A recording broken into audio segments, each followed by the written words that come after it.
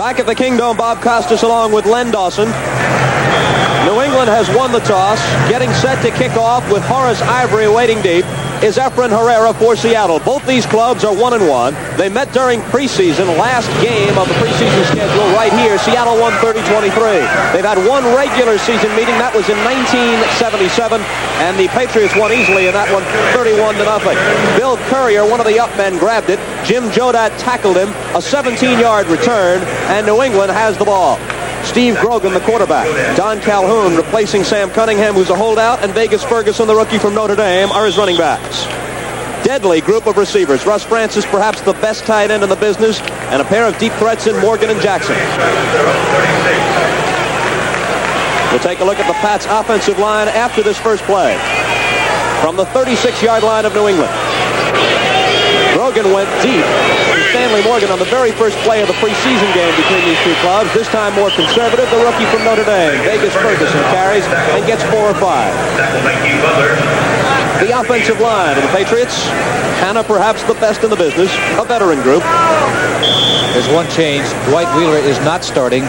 Hetz, number 77, will be at that left tackle position. Second down, and we'll call it 5 from just across the 40-yard line. Both wide receivers on the right side. Now here comes the veteran Harold Jackson in motion. Don Calhoun bounces off a tackle, pulls forward, gets a couple. It'll be third down. Free safety John Harris moving up to get in on the stop. They play the 3-4. Check it out. We're looking at New England's defense while Seattle's is out on the field. We'll get a look at the Patriots a bit later. The 4-3 defense employed by the Seahawks.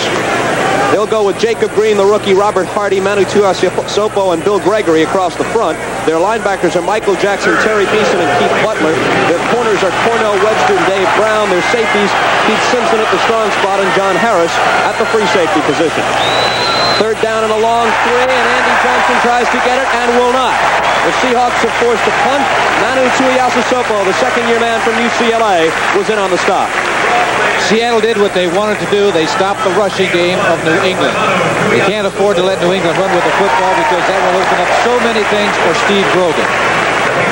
Here is Mike Kubach, the surprising rookie from Kansas, an 11th-round draft choice.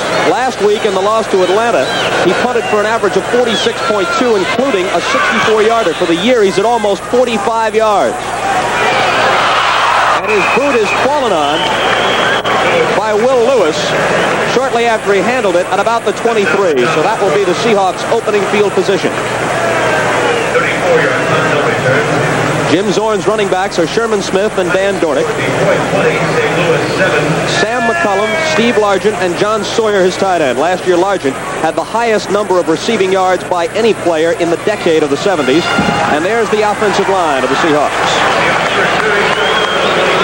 Jeff Seavey has moved in at the left guard spot. Tom Lynch, normally their starter, 4-year man from Boston College, is out with a bruised calf. First play from scrimmage. Zorn with the handoff to Sherman Smith. And Smith runs right into the arms of left side linebacker Mike Hawkins. He got help from John Zamberlin, one of the inside linebackers. In that 3-4 defense, Lunsford, Sugar Bear Hamilton, and Julius Adams across the front. And the backers are Hawkins, Nelson, Zamberlin, and Schote. All number 1 draft choices, and they have a 5th, Mike Haynes, who's a holdout, in their secondary. Claiborne, Sanford, James, and Fox. That last play looked like it was a mix-up between the quarterback and the ball carrier because they ran into one another before the defense got a hold of the ball carrier. And a fumble on the snap, a loose football. New England may have come up with it. They have. The Patriots have the game's first break, as there was difficulty in the snap between Yarno and Jim Zorn, and Steve Nelson, the inside linebacker, fell on it for the turnover. One thing that you do not want to happen early is to give the team a break, and here it is right away. Zorn did not have control of the football from his offensive center, Yarno. It's in the middle of that pile down there. New England comes up with it in very good field position around the 25-yard line. Right now, they're in field goal range. And you saw Steve Nelson, number 57, at the bottom of the pile. He is credited with the recovery. From the 25-yard line, 1st and 10. Vegas Ferguson, nowhere. Cornell Webster came up from his left corner spot and made the stop. I'm sure that they're going to be running at this young defensive lineman of the Seattle Seahawks, and that's Jacob Green, number 79. He's very quick, but he's still a rookie, and they tried to test him right that last time. Green, Hardy, Tuiasosopo, and Gregory are the defensive line of Seattle. And their linebackers, Jackson, Beeson, and Butler. Beeson, the veteran of the group. Cornell Webster, who made the last stop. Dave Brown, who has started every game in Seahawks history. Simpson and Harris in the secondary. Reverse. Fake reverse. Ferguson keeps it. There's a flag down, and he is brought down by Jacob Green with good pursuit. Got only about 3, and we do have a penalty. One thing that they talk about Jacob Green that they think that you can do on him is run a reverse on him because he is so quick and so aggressive. One way to slow down a defensive end, every once in a while run a reverse, even though you don't make much yardage on it, just to let him know that you may do it.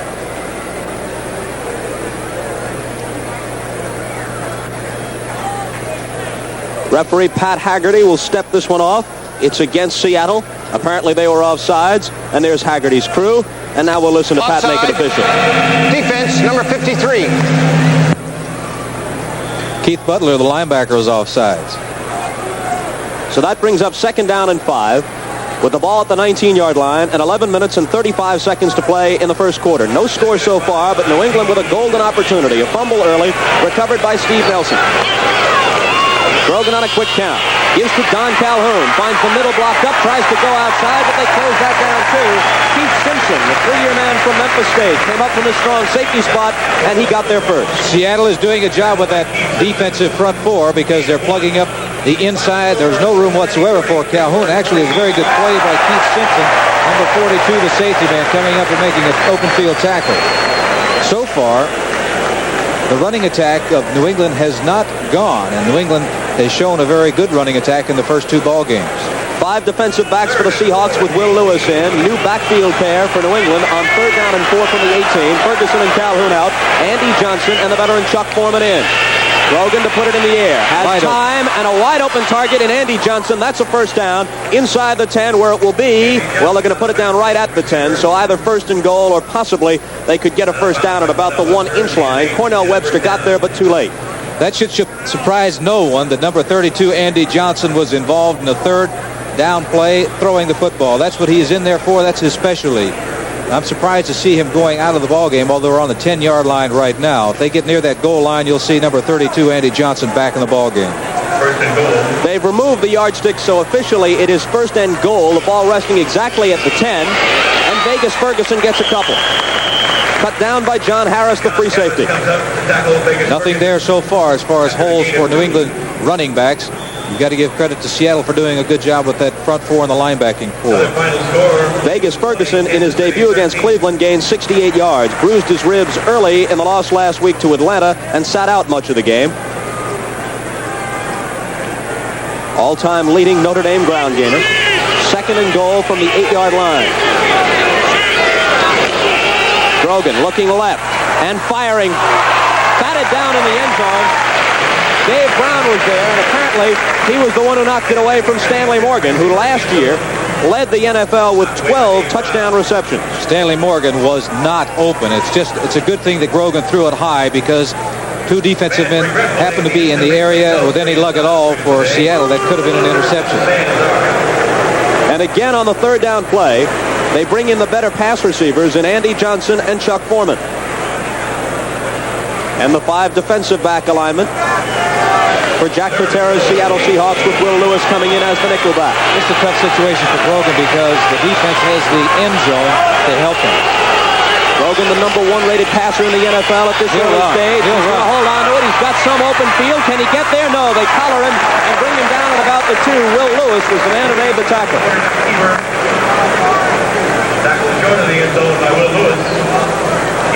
Grogan has that ability to run with a football. He's taking a look. It's pass or run. Hanna, 73, is looking for some help. He puts that ball away, and now he's headed for the goal line. It's a good tackle by Seattle. Collaring him right there, making sure he does not get into the end zone.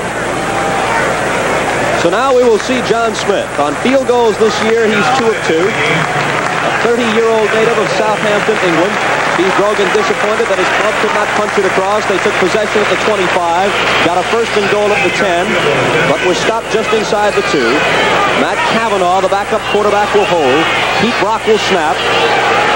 And Smith gets his kick away. And he punches it home from the 9-yard line. A 19-yard field goal for John Smith, stopping the clock with 9 minutes and 15 seconds to play in the first quarter. And the score, the Patriots 3 and the Seahawks nothing.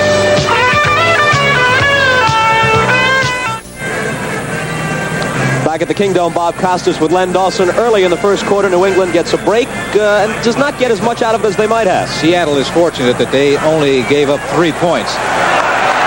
And now on Smith's kickoff, it is Cornell Webster who comes up the middle and is belted. Webster had been averaging 26.5 yards per kick return. He had 21 on that one. They call it a suicide squad, and you're going to see one of the reasons why. You must sacrifice your body. Webster, number 38, does it just there. He tries to go up top, and he looks like he ran right into a brick wall. Now, for Seattle, they really haven't done anything yet. They've had 2 plays that accounted for nothing, giving up the ball on a fumble from the exchange between the center and the quarterback. From their own 27-yard line with 9:06 to play in the first quarter, they go back to work.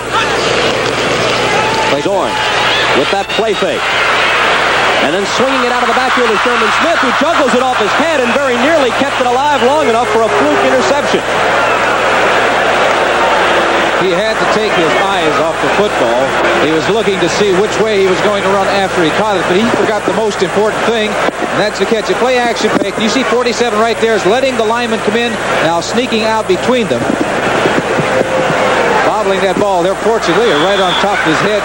Unfortunately, it didn't bounce one more time because New England could have come up with it. And now in an obvious passing situation, New England has gone to the 4th defensive lineman. Tony McGee has come in, the 10-year veteran, who has been their sack leader the past several seasons. So he comes in to give them some additional pass rush. A 3rd wide receiver, Steve Rabel, is in the game for Seattle.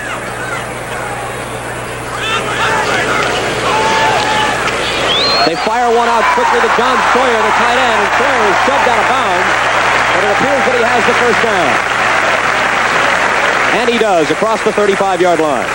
What you're going to see from Seattle is a lot of motion and a lot of things happening. That's the tight end, number 81, Sawyer. And I'm sure that New England didn't feel that he would throw the ball out to him that quickly. He got the ball, turned it upfield. Good enough for a first down. They do not throw the ball that much to the tight ends. I'm talking about Seattle, and what they need to do is throw to that tight end a little bit more. 1st and 10 from the 37. The initial first down of the game notched by the Seahawks on that last play. Dan Dornick carries, bowling people over, gets about 5. Mel Lunsford finally made the stop, and Jack Patera looks on from the Seattle sideline. Well, he knows they got off to a terrible start. When you fumble the football and give the opposition a break, that can change things around in a hurry. And as I said, Seattle should feel fairly fortunate that they only gave up 3 points on that fumble. Speaking of getting off to bad starts, by winning last week to even their record at 1-1, Seattle won a game at the earliest point in a season ever in their history. They had never won before the 3rd week in any other season since the franchise was formed. Sherman Smith with some blockers in front of him trying to pick a hole, can't do it. Hit and knocked down at the 45-yard line. Steve Nelson gets credit for the tackle. I'm not going to say that Sherman runs like a tank. But number 78 is Newton, the guard out in front. Also involved in that play, Largent, number 80, wide receiver, came back and provided a good block. Your failure to say that Smith runs like a tank greatly disappointing our producer, Roy Hammerman. Ron Earhart on the sideline. Coach of the sometimes baffling Patriots. Always tabbed as a contender, frequently inconsistent. 3rd and a short 2. And they may not have it. They are close, but I believe they're short as Dornick carried and the Patriots defense was waiting for him. So one thing about the Seattle Seahawks, what they need to do is get that running game established. They're only averaging about 84 yards a game rushing, and that puts a lot of pressure on the passing game, as opposed to New England. They're averaging 146 yards a game on the ground. Len, it looks like they got the good spot. I thought they were short, but they give them the first down. From the 48-yard line as we move inside, 7 minutes to play. 2 tight ends are in, Bell and Sawyer. Sherman Smith is out. Dornick is the lone setback. And Dornick carried. Only for a yard. John Zamberlin there, number 54.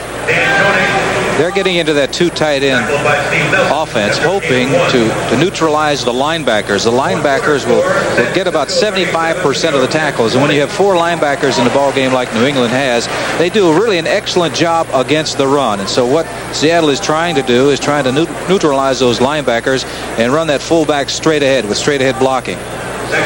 Zamberlin goes out, and Tony McGee, to give them extra pass rushing, comes in. 2nd and 9. Ball just shy of midfield. Zorn stepping up into the pocket and launching one deep and over the head of Steve Rabel, probably the fastest player on the Seattle squad. 5-year veteran from Georgia. He had about a half step on his man, but Zorn overthrew him.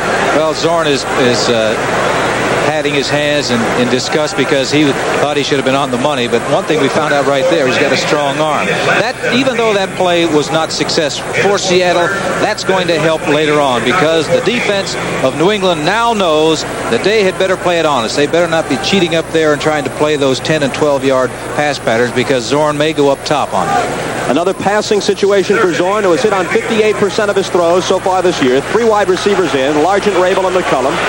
Zorn has 3 touchdown passes, has had 3 interceptions. Motion along both lines. No flags are thrown. Zorn again with time. He's got his man out there, and it's just a bit too long for Steve Rabel. He had gotten behind Rick Sanford, the young cornerback, and Zorn led him just a bit too much. That could have been 6 points because he was open. Rabel was open. He had the step. But they always say never up, never in. You're better off to be too long than too short. You can see he had a step on his man. Had the ball been exactly right, it would have been a touchdown. But it's still, as I said, that's going to do some good later on when they want to run the pass patterns in the 10 to 15-yard area. Preston Brown, a rookie from Vanderbilt, awaits the kick of 11-year veteran Herman Thunderfoot Weaver. Well, he sure didn't get all of that one, but it ended up a good kick because it went out inside the 20-yard line. Bounces out of bounds at about the 19. Only a 30-yard punt, but no return. We have 5:47 to play in the first quarter, and the score remains New England 3 and Seattle nothing. Lenny, look at this one. Cincinnati 30, Pittsburgh 28. It's a final. 21-yard field goal with 2:25 remaining in the ball game gave Cincinnati that victory. So lightning strikes twice. They did it to Pittsburgh a year ago. Cincinnati was 4-12. Pittsburgh on their way to another Super Bowl title. The Bengals upset them, and they do it again early this season. San Francisco is off and running. They're now 3-0, defeating the Jets. The Jets are 0-3. Steve DeBerg with another big passing day in that game. Speaking of passing, it's time that Grogan went to work in the air for you. Vegas Ferguson carries on first down, gets a couple of yards. Bill Gregory, the veteran of the defensive line for Seattle, 10-year man out of Wisconsin, made the tackle. Miami barely gets by Atlanta, 20-17. They came from behind to do that. And Detroit goes to 3-0, and St. Louis goes to 0-3. Don't know, in case you're wondering, yet what Billy Sims did in that game.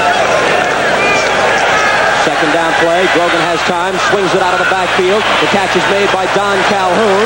Calhoun is stopped short of the 25-yard line. Keith Butler got there first and had plenty of help. Keith Butler, the first off there. Final score, San Francisco 37. This will bring up 3rd and 4 from about the 25. We have 5:05 to play in the first quarter. This telecast is presented by authority of the NFL. It's intended for the private use of our audience. Any rebroadcast or other use of this telecast without the express written consent of the Seattle Seahawks and the NFL is prohibited. Into the ball game right now, you've got Chuck Foreman and Andy Johnson. Along with the rest of their great receivers, they have 5 outstanding receivers on that field right now. They're down and a long 4. Grogan with time, but his pass is caught again. Jacob Green, the #1 draft choice, the rookie from Texas A&M, jumped up and batted it away. And it's a good thing he did because Andy Johnson was wide open in the flat. Had Grogan been able to get the ball to him, and it would have been a first down. Number 79 is Jacob Green, their #1 draft choice. He gets a big paw up in the air. A lot of times that's all you have to do is impair the vision, and right there he gets a hold of the ball. Out in the flat, number 32, Johnson was wide open. Second punt of the day by Hubach, with Lewis waiting deep. Signals for the fair catch and takes it. It'll be good. good field position for Seattle as he makes the grab at the Seahawk 43. Only a 32-yard punt by Hubbard, who had been averaging 45 yards per kick through the first two games. 4:32 on the clock, and we're coming right back.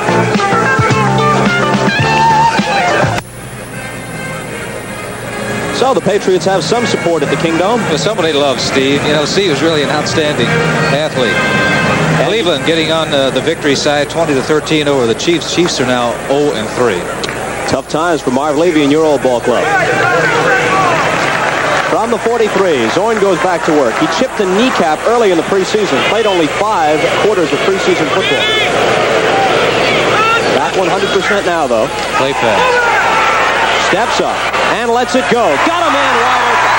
A leaping catch by Steve Largent, who last year rung up 1,237 receiving yards, most by any pass receiver in the 1970s. Play action pass, first down. Excellent time to run this. Faking it to Sherman Smith, coming back. He has plenty of time, steps up in the pocket, and guess who is going to be open about 20 yards down the field? Steve Largent. And Zorn got rid of it just as Mike Hawkins was about to lower the boom on it. Well, as a quarterback, you have to anticipate you're going to get wrapped every once in a while. From the 35, the deepest penetration by Seattle's offense. Better let go. Zorn throwing on the run, and incomplete, intended again for Largent. It'll be 2nd and 10, 3:46 remaining in the first quarter. New England in front, 3-0. He had to get rid of that football. Mel Lunsford, number 72, the defensive end, was pursuing Zorn, and had he not got rid of the ball, he would have met Mr. Lunsford. In Detroit's 20-7 victory over St. Louis, we don't know whether or not Billy Sims scored any touchdowns, but apparently he had 95 yards rushing. Scored 1 touchdown, so I guess you'd have to say he's off to an outstanding start. Another touchdown and 95 more rushing yards for Sims. And the surprising Lions have already exceeded last year's victory total. They were 2-14 a year ago. They're 3-0 this year. Zorn flipping it out to Dornick. Dornick being pursued by Nelson, who collars him from behind. Steve Nelson, who played his college football at North Dakota State under Ron Earhart, who is now his head coach with the Patriots, coming up with a good defensive play. You can see there that Nelson has excellent speed for a linebacker, because Dornick actually had about a half a step on him, and he came up with the tackle. Had he not made the tackle, definitely it would have been a first down. As it is, they got 8 on the play, 3rd and 2. So now you're coming into a situation where you might see Zorn put the ball up in the air, because the last time they were in short yardage, they made it, but not by much, and they didn't need as much as they need right now. Exactly 3 minutes to play in the quarter. 3rd and 2 from the 27. He's going up. Zorn can run for it. He's got the first down. And then in an act of self-preservation, he slides to the turf. 1st and 10 for the Seahawks. Well, we said in the pregame show that these quarterbacks, Grogan and Zorn, are very exciting because they can make some big plays. He sees the opening right there. He knows he only has a couple of yards to go, so he's going to pick up that first down. And now he's going to do what he's supposed to do, and that's hit the turf. 10-yard gain. First down. They're in excellent scoring position right now. At the 17 of New England. Well, right now, Zorn is the leading ball carrier for Seattle. That's the one thing that they have to try to establish is a running game. 3 wide receivers in McCullum, Largent, and Rabel in there now. Just one setback, Dan Dornick. You mentioned that they haven't established the running game yet so far this season. They do not have a rushing touchdown through their first 2 games. They have 2 tight ends in the ball game. They're running to the tight end side, and there's absolutely nothing there. Now, the problem with that, Bob, is it puts them in a position right now with 2nd and long yardage that they're going to have to throw the football. If they come up with 4 yards on first down, it makes play calling that much easier. Speaking of play calling, you see Jack Patera, the head coach of Seattle, on the sidelines. The plays are coming from Jerry Rome upstairs, and it's related down to the field. Rome calls all the plays. I know that that's not the way you operated when you were playing. No, there he is. Jerry Rome is calling all of the offensive plays for Seattle. See what he's called this time. They lost a yard on the last play. 2nd down and 11 from the 18-yard line. It's called a checkoff. That's what's happening. He's checked off on the line of scrimmage. Well, let's see what Zorn's audible play is. A heave to the sidelines, incomplete, which will bring up 3rd and long yardage. Was in the vicinity of the pass, covered by Ray Claiborne. He knew that they were blitzing, they were coming after him, and he had to get rid of the football. He threw the ball before his receiver made his final break, but the ball was high and away. Had no chance whatsoever for the receiver to make the catch. I noticed the Seahawks are using a lot of 3 wide receiver sets. Last week, Atlanta used 3 and sometimes 4 wide receivers and had good success with it against New England. What you're trying to do with 3 wide receivers is spread out that defense, for one thing, give them a greater area to cover in pass coverage. And you have 3 fast receivers to go after the football. Going thus far 3 for 8, 41 yards passing. He needs 11 on this 3rd down play. They try and cross him up and go with the run, but Dornick didn't fool anybody, and it'll be 4th down. Ray Sugar Bear Hamilton wrapped him up. They were anticipating that one of 2 things. They were going to blitz, an all-out blitz trying to get to the quarterback. In a case like that, if you get by the line of scrimmage, there is no one there to pursue, and you could score a touchdown. Or if they were not blitzing, they were jumping back in pass coverage and hoping to jump through there to make a 1st down. That time, New England played it well. Is this a good fake situation as Zorn kneels to hold for Herrera? Not until you even up the score. They need to even up the score. If they're down by 3, they've got to get 3 on the board. From the 22, a 32-yard attempt by Herrera. And we are tied at 3 apiece as he drills it home. Herrera is now 4 of 5 on his field goal attempts this year. His only miss coming from 54 yards out. Ball game even at 3 with 37 seconds to play in quarter number 1.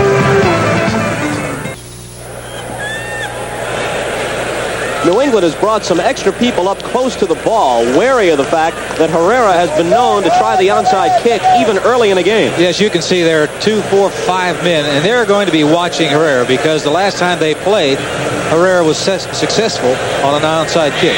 They're liable to do anything at any time this Seattle team. In the last 2 years, Herrera has tried the onside kick for the Seahawks 11 times, successfully 7.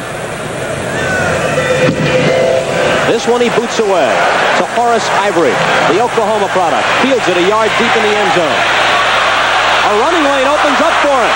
Horace Ivory cutting back and out to the 45-yard line. Excellent field position for the Patriots. Steve Rabel finally made the tackle to end that 46-yard jaunt. Steve Rabel with the tackle. 46 yards. The problem with New England in the past time they played, and here you're seeing number 83, Rabel. He's the safety man. He is to prevent touchdowns, and that's exactly what he's going to have to do right now because Horace Ivory, had he gotten by Rabel right there, could have been, if he broke that tackle, could have been all the way to the end zone. New England has improved on their special teams. They weren't very good the last time. As Grogan's going to throw. And he's going to throw deep, intending for Morgan, and batted away at the last moment by Dave Brown. So Grogan, who went up top 28 times in 1979 for touchdowns, tying Brian Sipe for the NFL lead, was looking for 6 that time, his favorite target, Morgan, but Brown broke it up. Had the ball been thrown a little farther, I do believe it could have been 6 because I think Stanley, with his great speed, really wasn't accelerating to his full extent right there. As you see Brown making an excellent play. Had he not been there, it would have been 6 for the Patriots. And Seattle's well aware of what they do because the last time they played, I think the very first play of the game, 51-yarder that Grogan threw to Stanley Morgan. Grogan so far this year has hit on 60% of his passes, 5 touchdowns, 2 interceptions. 2nd down. And he'll go to the air again. Over the middle. Vegas Ferguson makes the catch and then pays for it as he's hit hard by strong safety Keith Simpson. Backs know that when they come on a delayed pattern across the middle and they are in front of the defensive people, they are going to take some shots. Ferguson knows exactly that as he makes the catch. 42 is Keith Simpson of Seattle, and he makes the hit right after he catches it. Now the quarter is ended. It's all tied 3 apiece. They got 7 yards on the play. It'll be 3rd and 3 for New England when we come back with quarter number 2.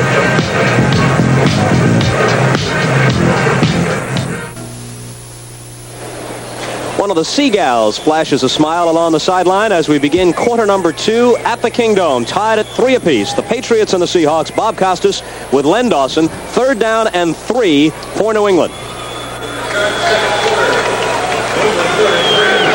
Middle linebacker Terry Beeson goes out in a passing situation, replaced by second-year man Joe Norman, who is a better pass defender at the inside spot.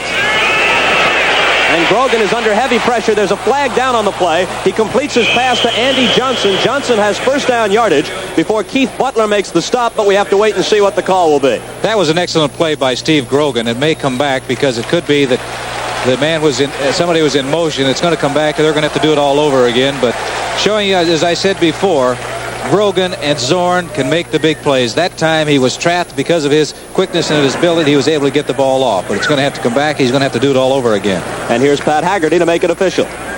Illegal motion. Illegal motion, number 29. Offense.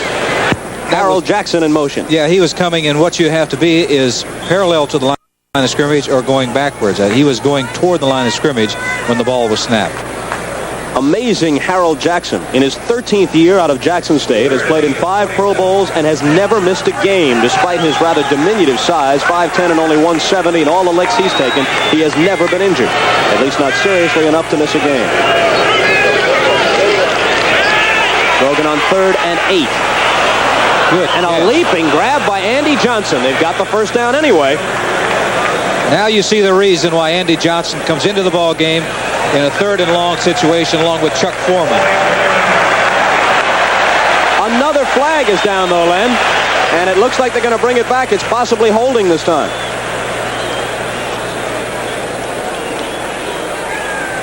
So 2 penalties against the Patriots negate 2 gains which were good enough for first downs.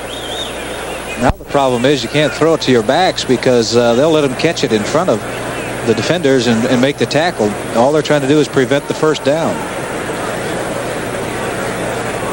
In the opening minute of the second quarter, Efren Herrera from 32, John Smith from 19. That's all the offense so far. A 3-3 tie.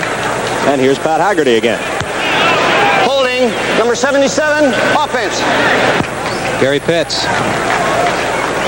Petts, who's playing in place of the injured Dwight Wheeler at the left tackle spot for the Patriots. 3rd and 18, 37. Now 3rd and 18, pushed all the way back to the 37. They're going to have to either go to their tight end or one of their wide receivers to pick up. They're going to go with Grogan. Seahawks put the rush on. He completes it to Chuck Foreman. Foreman gets out to midfield. The Seahawks are happy with that. He's about 5 yards short of a first down. And the Patriots will have to punt it away. Well, once again, he had 18 yards to go, so he does not want to throw the ball to his backs because percentages are they're not going to pick up the first down. He wants to go deep, but he's being flushed up in the pocket. He does see Foreman and gets rid of the football, and Chuck makes the catch and tries to get upfield, but tackled short, 5 yards short, and they're punting right now. Will Lewis to receive, Kubac to kick, heading for the sideline and bouncing out of bounds. And they'll mark it at about the 22 or 3 yard line. 28 yards. So the clock stops with 14 minutes and 9 seconds to play. Only a 28-yard kick by Kubac, and we'll be back in just a minute. So a big NFL doubleheader next week on NBC, preceded by a half hour by NFL 80 with Brian Gumble. Check your local listings for the games and times in your area. The punting game for New England's not going well. For Hubac, 3 kicks. He's just averaging 31.3 yards. And he had been booming them in the first 2 weeks of the season. Jeff Moore with his first carry of the day on first down for the Seahawks. Moore, a second-year man out of Jackson State. He started the game at Kansas City last week in place of Sherman Smith. Smith has reclaimed the starting role this time, and Moore got his first carry and was stopped for a loss of 3 yards. It'll be second down and 13 from the 20. In the fourth quarter, Kenny Stabler and the Oilers lead Burt Jones and the Colts 21-9.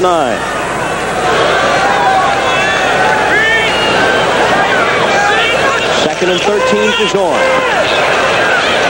Swings it out of the backfield to Jim Jodad, and the former Ram gets about 5 yards back, and it will be third down and 8. Mike Hawkins made the tackle along with Steve Nelson, the 2 linebackers. You can see how important first down is for both ball clubs to do something on first down. Right now, Seattle Seahawks come up with a 2nd and 13 situation. They're forced to throw the football. They're forced to throw the football right now with a 3rd and 8 or a 3rd and 9 situation that they're facing. That's why the first down is so important. You got to come up with at least 4 yards.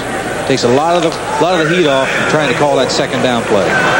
5th defensive back is Bill Courier in the nickel for New England. A 3rd wide receiver, Steve Rabel, joining Largent and McCullum in the offense for the Seahawks. And they may have a little confusion here, necessitating a timeout, and they do. They have to waste one. That's exactly what they did. They wasted it because you don't want to give up those timeouts You need them. They're so important just before the half. Timeout. Seattle, number 1. He's looking around, too. He may have been looking at that 30-second clock. And he probably could see that he wasn't going to be able to... There he is, right there. He saw the 30-second clock. It was down near 0. He didn't want to take a 5-yard loss. So we'll come back with Seattle's third down play. They need 9 to keep their drive alive in just a moment.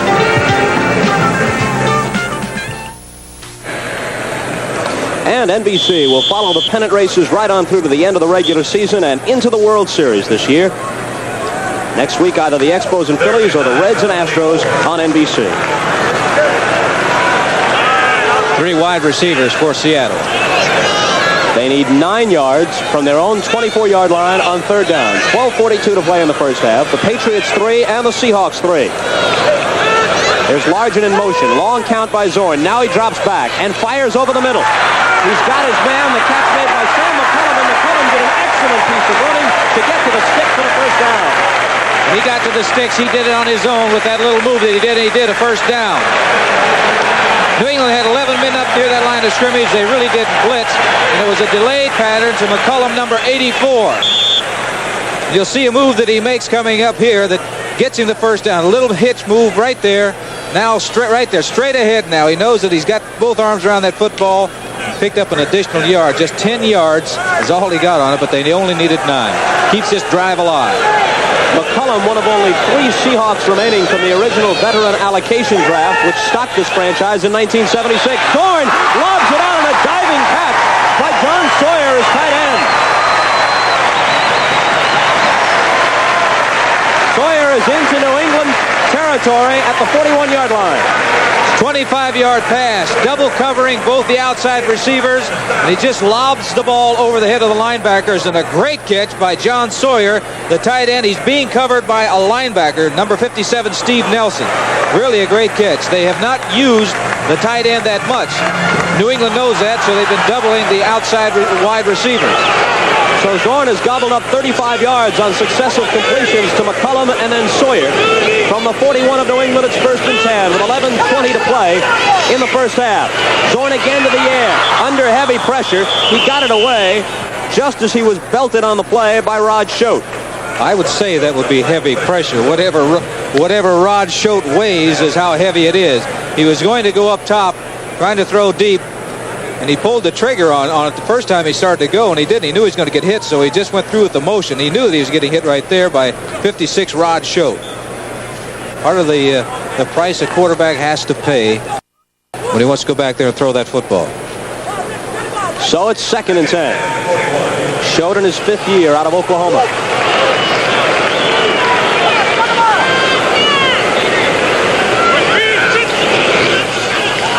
Zorn again.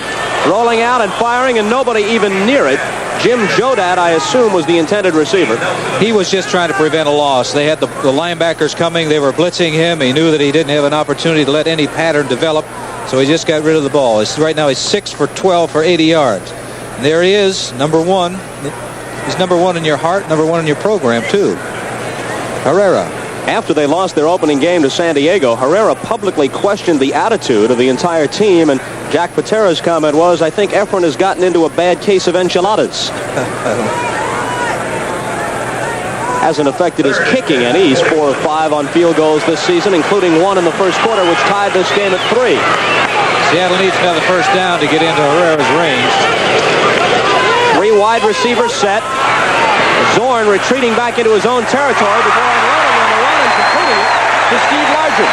And Largent has another Seattle first down. So again, the clutch third down play. Zorn, because of his running ability, was able to buy time to let Largent get deep and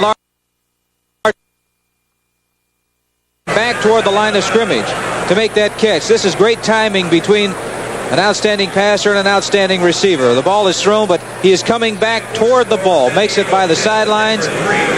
Knows where he had to be. Jumps out of bounds. But that took a long time to develop. And the reason they were able to do that is because Zorn is able to move and to run. So the Seahawks, who started out behind the 8 ball, fumbling on their second play from scrimmage and setting New England up deep in their own territory, now may be on the verge of claiming their first lead of the game. 2 tight ends set with Bell and Sawyer in. Jeff Moore carries and runs into a stone wall. Headed by Mel Lunsford and Rod Choate. I think what you'll see is Seattle's going to have to throw the ball on first down because they're coming up now. 2nd and 9 situation as one of the Seattle players injured on the field. In the fourth quarter, Buffalo 35, Orleans. And Jack Patera looks on from the Seahawks sideline. It appears to be John Sawyer, the tight end, who a moment ago made that great diving catch. No, it's Mark Bell, the other tight end. Bell, number 82, down on the field. Will be back in just a moment.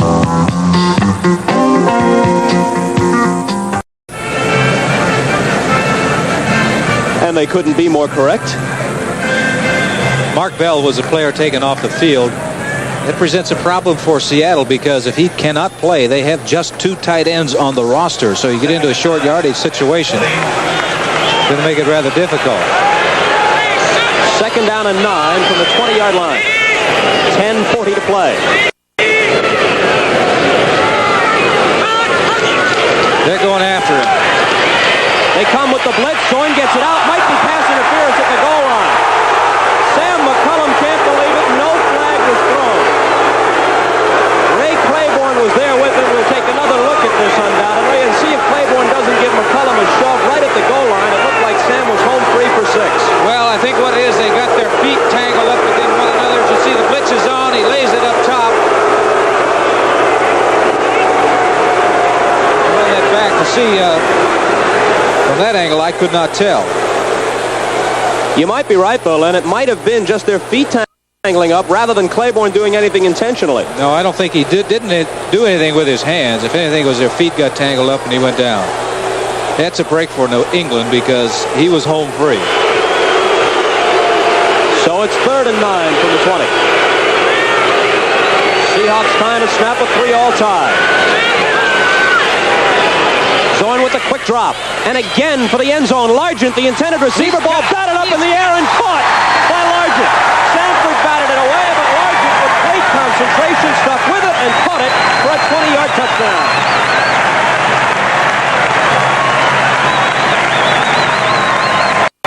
This is a great play by Largent because the ball is well underthrown. He makes it kind of look like to the defender like it isn't anywhere around. The blitz was on, and he's just coasting down there. Defender does not know where it is. And watch this concentration by a great receiver. Look at his head and his eyes. Look at watching that ball all the way. It's a fantastic catch. As we come back live, Efren Herrera drills it through the uprights to add the extra point.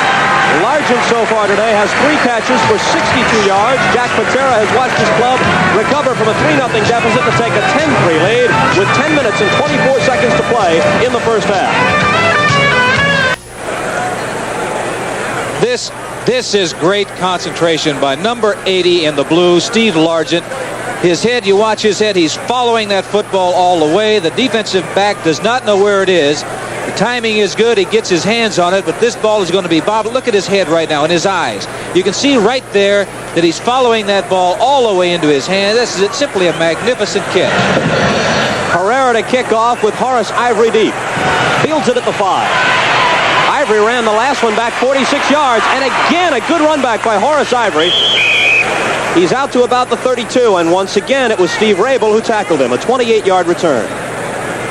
For New England, they've got to get something going, and like Seattle, they really haven't done much on first down. They've had a good rushing game the last couple of ball games. As I said, they averaged over 146 yards a game. That they need to get something moving right now. Have a contrast among the quarterbacks here as Grogan comes back out onto the field. Basically, he calls his own game. Jim Zorn, on the other hand, taking instructions from Jerry Rome. I'd like to get back to that a little later regarding who should call the plays.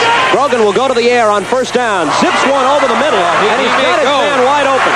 Stanley Morgan is on his way. Goodbye, touchdown. 68 yards. And Morgan has decided to leave the Kingdome entirely.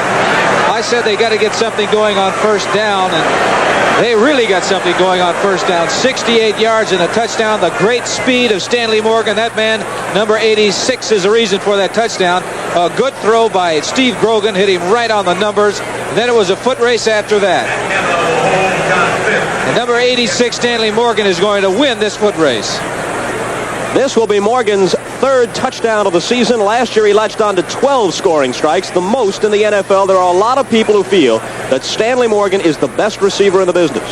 Well, I just saw two great receivers because I don't know how you can do any better than Largent did on that touchdown that he caught in the end zone.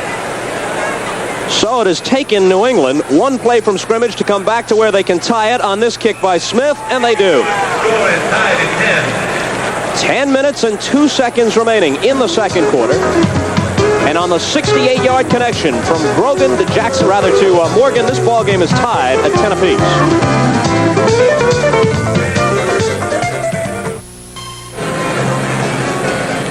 So the Seahawks did not have very long to savor their lead. One play from scrimmage, to be exact. Kubac is the kickoff man, not Smith. Webster and Lewis wait deep, and Cornell Webster takes it on about the 5-yard line. Trying to get outside. Skips out of bounds around the 25-yard line, chased out by Roland James. You see him switch the ball on the right arm to the left arm, which is really a good move because that meant that if he got hit, he was not going to get hit where the football was located. Put the ball away from where the pressure's coming from. Notice that Cornell Webster, like any good modern player, knew where the camera was, looked back, and flashed a smile for his mother. We pause briefly for station identification. This is the NBC television network. This is KING-TV, Seattle. From the 25, 1st and 10 for Jim Zorn and the Seahawks. 9:51 to play in the first half. Tied at 10. Jodat is his lone setback. He fakes the give to him, and he goes right back up on top. Almost intercepted by Tim Fox. Intended for Steve Largent once again. Jim Zorn wanted to do exactly what Grogan did just a moment ago, and that's play action, fake, and go up top. But Fox was there. He was there all along. He was watching that ball. He was not taken in by the fake. That's why the running game is so important, because if you do these play action fakes and you don't have any running game at all, the defensive backs aren't going to pay any attention to the fake. You loved to go with that play action during your career, didn't you? Well, yeah, but I had a great offensive line that provided holes, and the running backs were able to run. We established the running game. Second down, 10 yards to go from the 25. And again, they have trouble on the snap. Whistles blow, flags fly.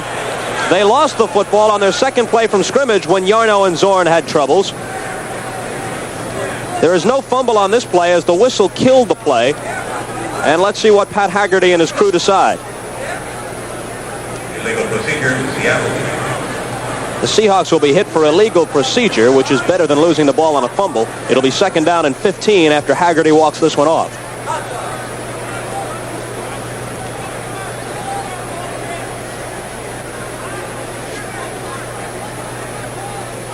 Can you read lips? Ball start, number 78, offense. Bob Newton, offensive right guard, number 78. So 2nd and long yardage, 15 yards needed by Zorn and the Seahawks. Pushed back to their own 20-yard line. 3 wide receivers, McCullum, second-year man Jesse Green, and Largent are in there now. They keep it on the ground with Jim Jodat. Jodat gets about 3 yards. It'll be 3rd and long. Julius Adams and Ray Sugar Bear Hamilton combined on the stop. Trying to get a quick trap up the middle, get that back through there, and maybe pick up that first down, or at least pick up enough yardage where you're not in a long passing situation like they are right now. 3rd and 12 to go. Seattle shuttling their plays in and out with the wide receivers.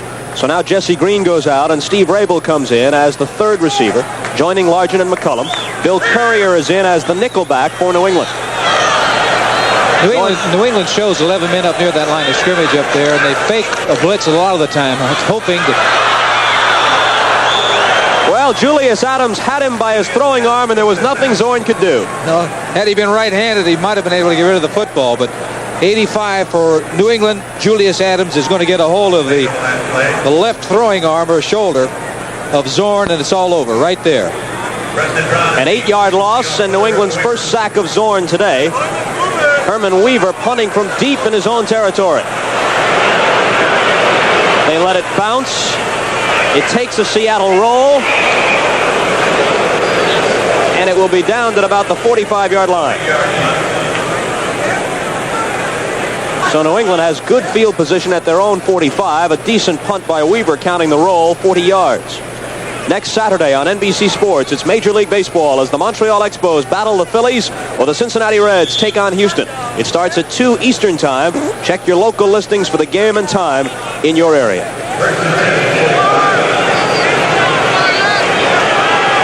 Clock reads 8:44 to play in quarter number 2. The last time Grogan had his hands on it, he went 68 yards to Morgan for a touchdown. Grogan again over the middle. It was deflected and nearly intercepted by a diving Keith Butler. Manu Tuiasosopo was the man who got his hand on Grogan's pass. Grogan just got that ball away, but flying down the middle of the field, number 29 was Harold Jackson. And had Grogan put that ball up in the air, it would have been an opportunity for Jackson to come up with it. Man on man down there deep. Nothing like a pass rush to disrupt the passing game. Quarterback must have the time to throw. Must have the time to let the patterns develop, to work on the defensive backs. Steve Grogan, who is starting his 68th consecutive game today. That is the longest present streak of any NFL quarterback. Goes on the draw to Don Calhoun. A huge hole opens up. Calhoun fumbles as he's hit. It's scooped up, though, by Stanley Morgan, who was right there. And it turns into a 15 or 16-yard gain. Zorn has tried quick traps and draw plays. Here is the draw play. As you can see, Calhoun straight ahead. A missed tackle by Seattle, and now it's straight ahead, and he picked up the first down. The ball flies loose, and it's fortunate that Stanley Morgan was right there. Had that been a blue shirt, then it would have been Seattle's ball. 17-yard gain. We move down to the 8-minute mark. And the Patriots threaten again with Jackson in motion from the 38 of Seattle on first down. Vegas Ferguson trying to run wide. Can't get it done. John Harris came up from his free safety spot to meet him. Good play by John Harris, number 44 of Seattle. Making...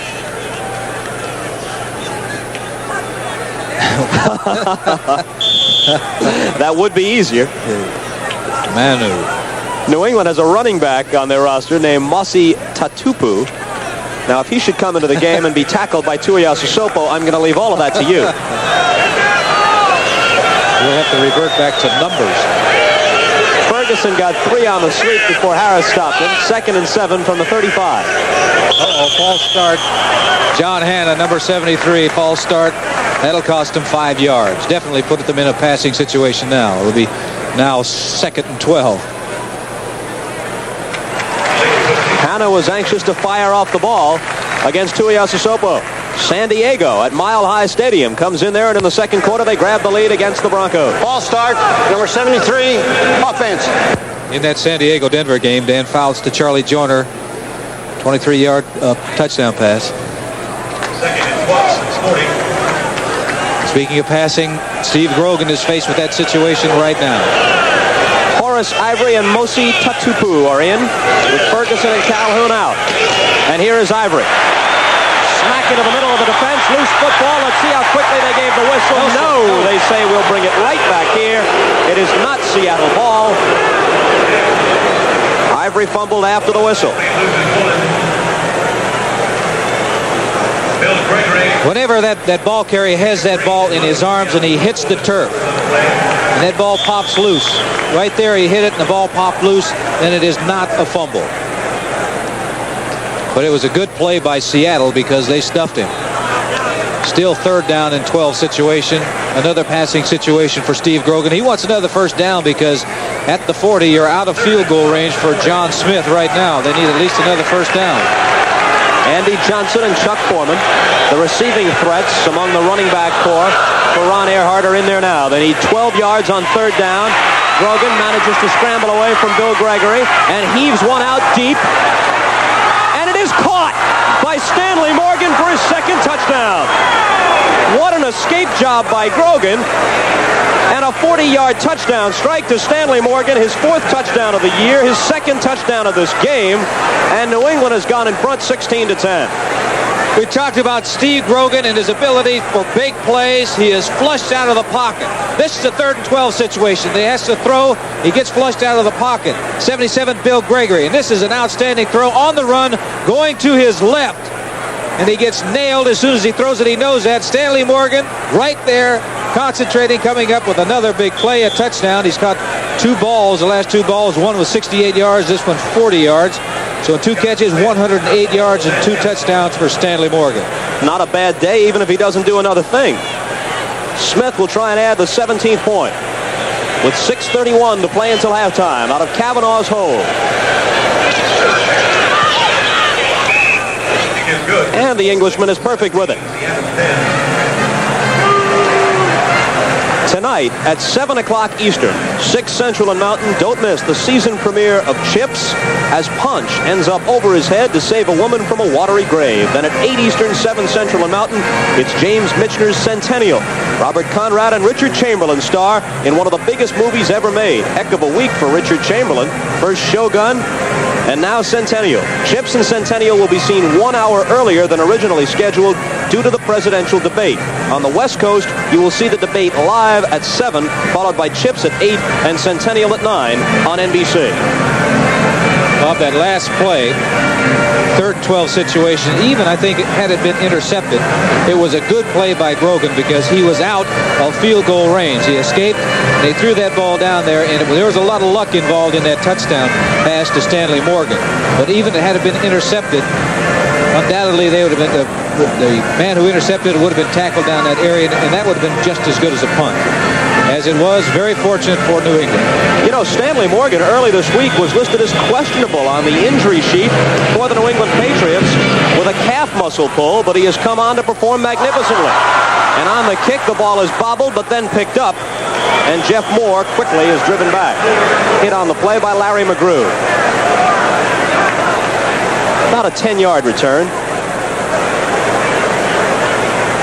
And they're explaining things right there, how that all took place. But here's great scrambling by Steve Grogan. He's going to be flushed out of the pocket by 77 Gregory. Now he's going to his left, and he's going to have to throw the ball on the run. Tuiasosopo nails him as he throws it. But here's what I was talking about. Even if the ball had been intercepted down by the goal line, it would have been a good play because they would have had to punt the ball on 4th down.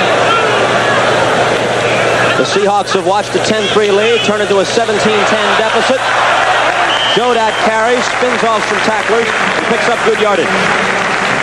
Got about 8 or 9 on the play. It'll be 2nd and short.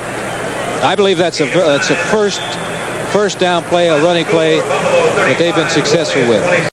5 plays, 55 yards, 2 minutes and 13 seconds, but it only took 1 throw from Grogan to Stanley Morgan.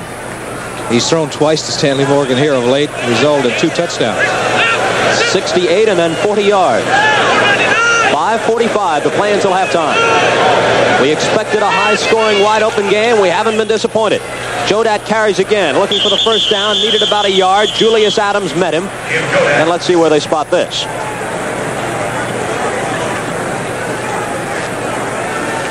They're giving him the first down. His momentum was ahead of the sticks. So it is first down at the 29 with the clock moving down to 5:20. At halftime, we'll get you up to date on all the scores. Many finals are in. And the games played earlier on the East Coast. We'll catch you up to date as well on San Diego and Denver. Big AFC West battle. Broncos had to be riding high following their big victory last week over Dallas. But San Diego, at last report, had a 17-6 lead in the second quarter. Zorn to the air and overthrows Sam McCullum. Sam was open. That ball was just thrown too high and too far. Not a good throw by Jim Zorn. Ball been down. Sam McCullum had about 3 or 4 yards to split between he and the defensive man. Zorn and McCullum talking it over. Now McCullum goes out, replaced by Steve Rabel, who checks in with the play from the sideline. Jerry Rome is upstairs. He relays it through the headsets to Howard Mudd, who is on the sidelines, one of the other assistant coaches to Jack Patera. And Mudd then gives it to one of the wide receivers or sometimes a tight end who runs the play in. And all of that takes time. Sometimes you don't have that much time, particularly if you have to audibilize at the line of scrimmage. Zorn on 2nd and 10. Pass deflected. It was intended for Jeff Moore out of the backfield. It'll be 3rd and 10. Larry McGrew, who came in as an extra linebacker, a rookie from USC, their 2nd-round draft choice, made the defensive play. And he was in position. Good That's play. McGrew, number 50. It's tough when you always come up with these 3rd and 8s, 3rd and 10, 3rd and 12 situations. That's why, as I said before, that first down play is so important.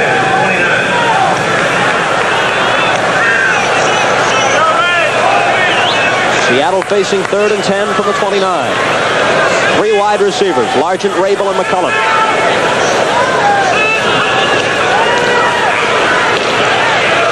Zorn unloads through the hands of McCullum.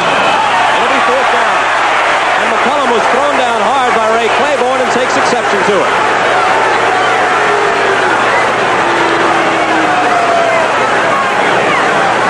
Zorn back in the pocket. Looks like he has good time to survey the defense. Time to throw the football. He can step and fire. The ball was slightly behind, right there, behind McCullum.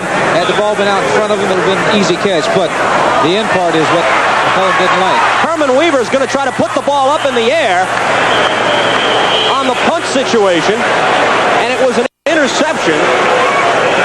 It would have been New England ball in any case had the ball dropped incomplete, but it was intercepted by Roland James.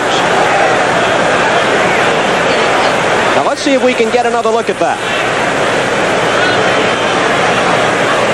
Herman Weaver last season attempted 4 passes out of punt formation and completed 3 of them. Now they're saying that the pass was incomplete. In any case.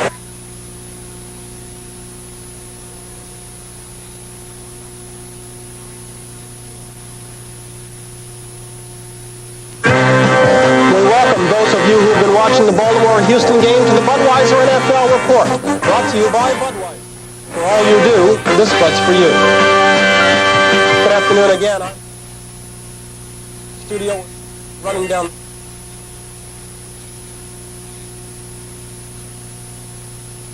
A little bit of a jump on that passing situation. Told you Kelvin Clark, 73, has replaced Studdard at tackle. Fumble! And it goes right to Clark, and they're going to call that a pass, apparently. No one's calling quick whistle. Dick, that's, again, the enforcement of the new rule. In the referee's judgment, he was clearly in control, although that's an awfully quick whistle. Desjardins, number 73. He and Dean are alternating over there and getting tremendous pressure from the right side, working on Dave Studdard, number 70, who has been a consistent performer for these Broncos. We welcome you fans who've been watching the Patriots and the Seahawks from Seattle. Dick Enberg and Merlin Olsen at Mile High Stadium. The San Diego Chargers, with 3 turnovers, have turned all 3 of those into touchdowns and have taken a 24-6 lead over the favored hometown Broncos. We're at the 2-minute warning. We'll be right back with Denver deep in its own end.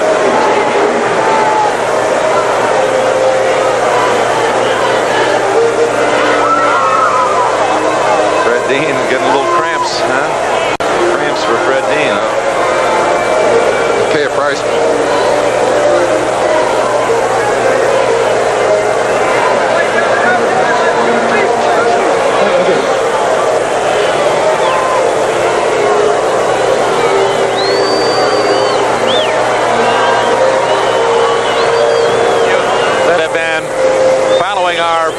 That have been with the Patriots, and the Seahawks in Seattle are still with us, and we're pleased that you're able to pick up the last 2 minutes of this first half. Recapping the scoring for you, Ralph Benerska hit a 53-yard field goal, breaking his own record set last week to start the scoring. Seinfeld kicked a 51-yarder. It was tied 3-3 at the end of the first quarter. 3 touchdowns for San Diego here in the second quarter. Preceding announcement was furnished by the National Football League for those of you who had gone away for that last announcement, and we were pleased earlier this week to speak to the United Way folks in Las Vegas, who are doing a great job raising money. We understand we have technical problems in that game in Seattle, and that's why you fans have been switched to this contest. We're working feverishly, of course, to make corrections, and as soon as technical difficulties have been cleared, you'll be back watching the game, you Patriot fans in New England, as well as you Seattle fans up in the Northwest. Here, it's Matt Robinson in a hole. He's at his own 5-yard line, second down and 25, and he trails 24-6.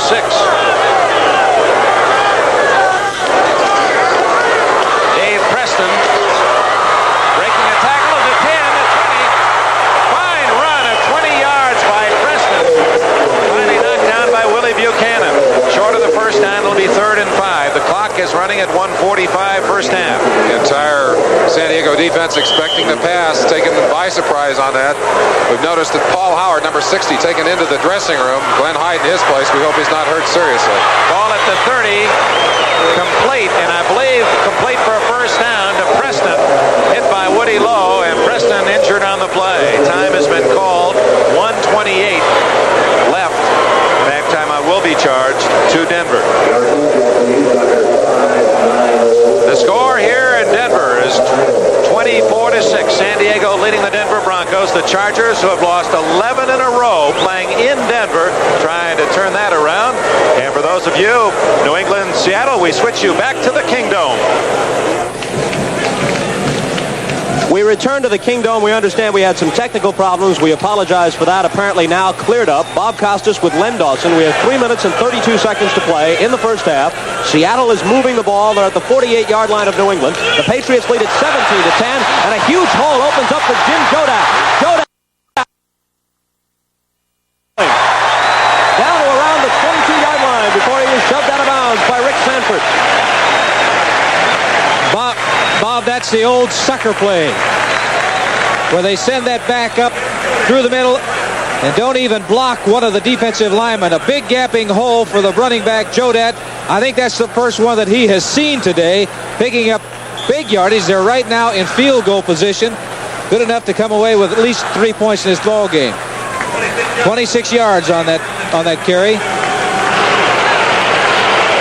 And the Seahawks looking for the tying touchdown from the 22 of New England.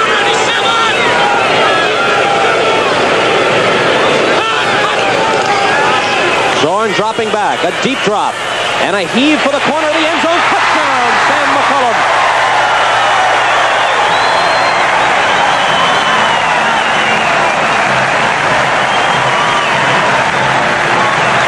Boy, I'll tell you, when you talk about timing, this is it.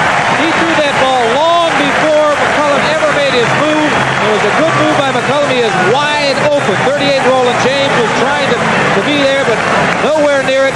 Touchdown. And they can tie this ball game up right now if Herrera can get it through the uprights. McCollum's third touchdown catch of the season. He's caught one in each game so far. That was really great timing between the receiver and the quarterback. The ball was thrown well before he made his final cut. Herrera tries to tie it. You see it coming right at you as he does. 3 minutes and 14 seconds remaining in the second quarter at the Kingdome in Seattle, and we are tied in a game that has been just the sort that we expected, 17 apiece. Both Zorn and Grogan have connected for 2 touchdown passes. Zorn has found Largent and now McCollum.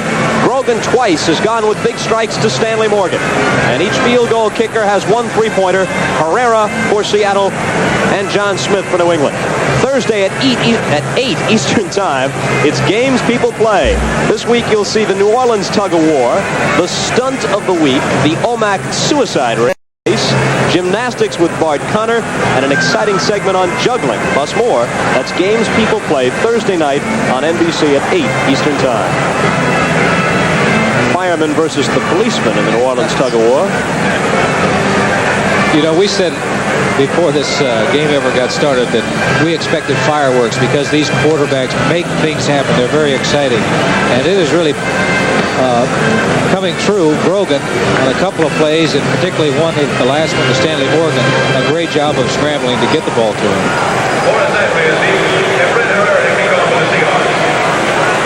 Herrera tees it up, and Horace Ivory waits deep.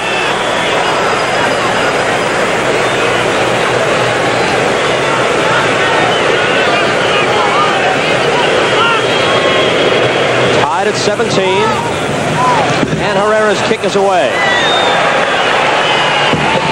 Ivory inside the 5. Ivory skipping across the 20-yard line to the 23, and that's where they will mark it. New England will have 3 minutes and 5 seconds to try and break the 17-17 tie. The Patriots have had some problems with their kick return game early this season. Alan Clark is on the injured reserve list with a broken thumb. He has to remain there for at least 2 more games. Last year he did a great job of returning kicks for New England and was named the Patriots Rookie of the Year. In his absence, they've juggled some people using both Preston Brown and now Horace Ivory. Didn't take him long for Seahawks to score. 4 plays, 80 yards.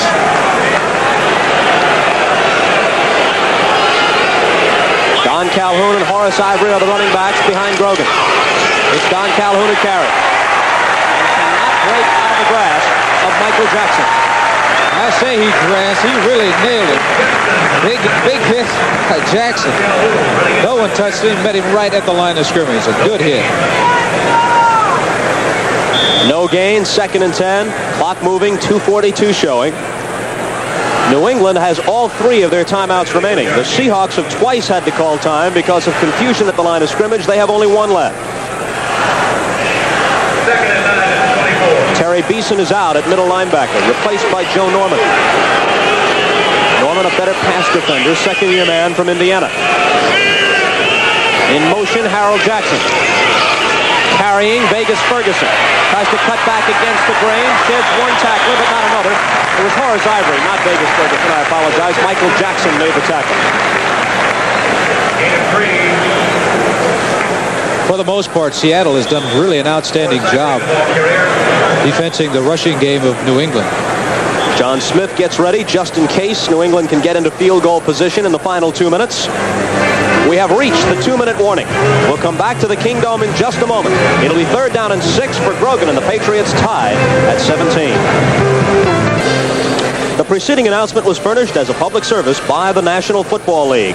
While we were away because of technical problems and switched to San Diego at Denver, some of you may have seen Luke Prestige injured in that game. We get a report from Mile High Stadium that Prestige is okay. A baseball note. George Brett in his quest for 400 is 1 for 4. He's now down to 394 with that's in the 7th inning. Oakland leading Kansas City 6-3. George went 0 for 4 last night, 1 for 4 so far today, down to 394. From the 27 on 3rd and 6. Grogan looking and throwing, but not connected. Intended for Stanley Morgan, and he drew a crowd sandwiched by John Harris and Will Lewis. 4th down, and Hubach will have to come on to punt. Hubach, as we mentioned, had been booming them for an average of almost 45 yards a game through the first 2 games of his rookie year. He was an 11th round draft choice out of Kansas. He took the #1 punting job away from Eddie Hare this year. Hare had not performed especially well last season. As a matter of fact, the Pats ranked last in the NFL in punting. So far today, Hubach has not kicked them very long. This one is grabbed by Will Lewis, then bobbled by Will Lewis.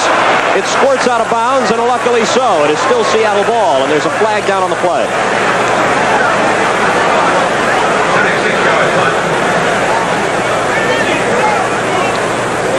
A 36-yard kick by Hubach, which is a bit better than what he had been averaging in the first half. He'd only been kicking around 31 to 32 yards per kick. Hello, Pat Haggerty. We have an illegal bat. Illegal bat. Did he say bat? Illegal bat. Apparently what Lewis did after he fumbled the ball, he couldn't grasp it, but he didn't want New England to have a crack at it, so he smacked it out of bounds, and that's illegal.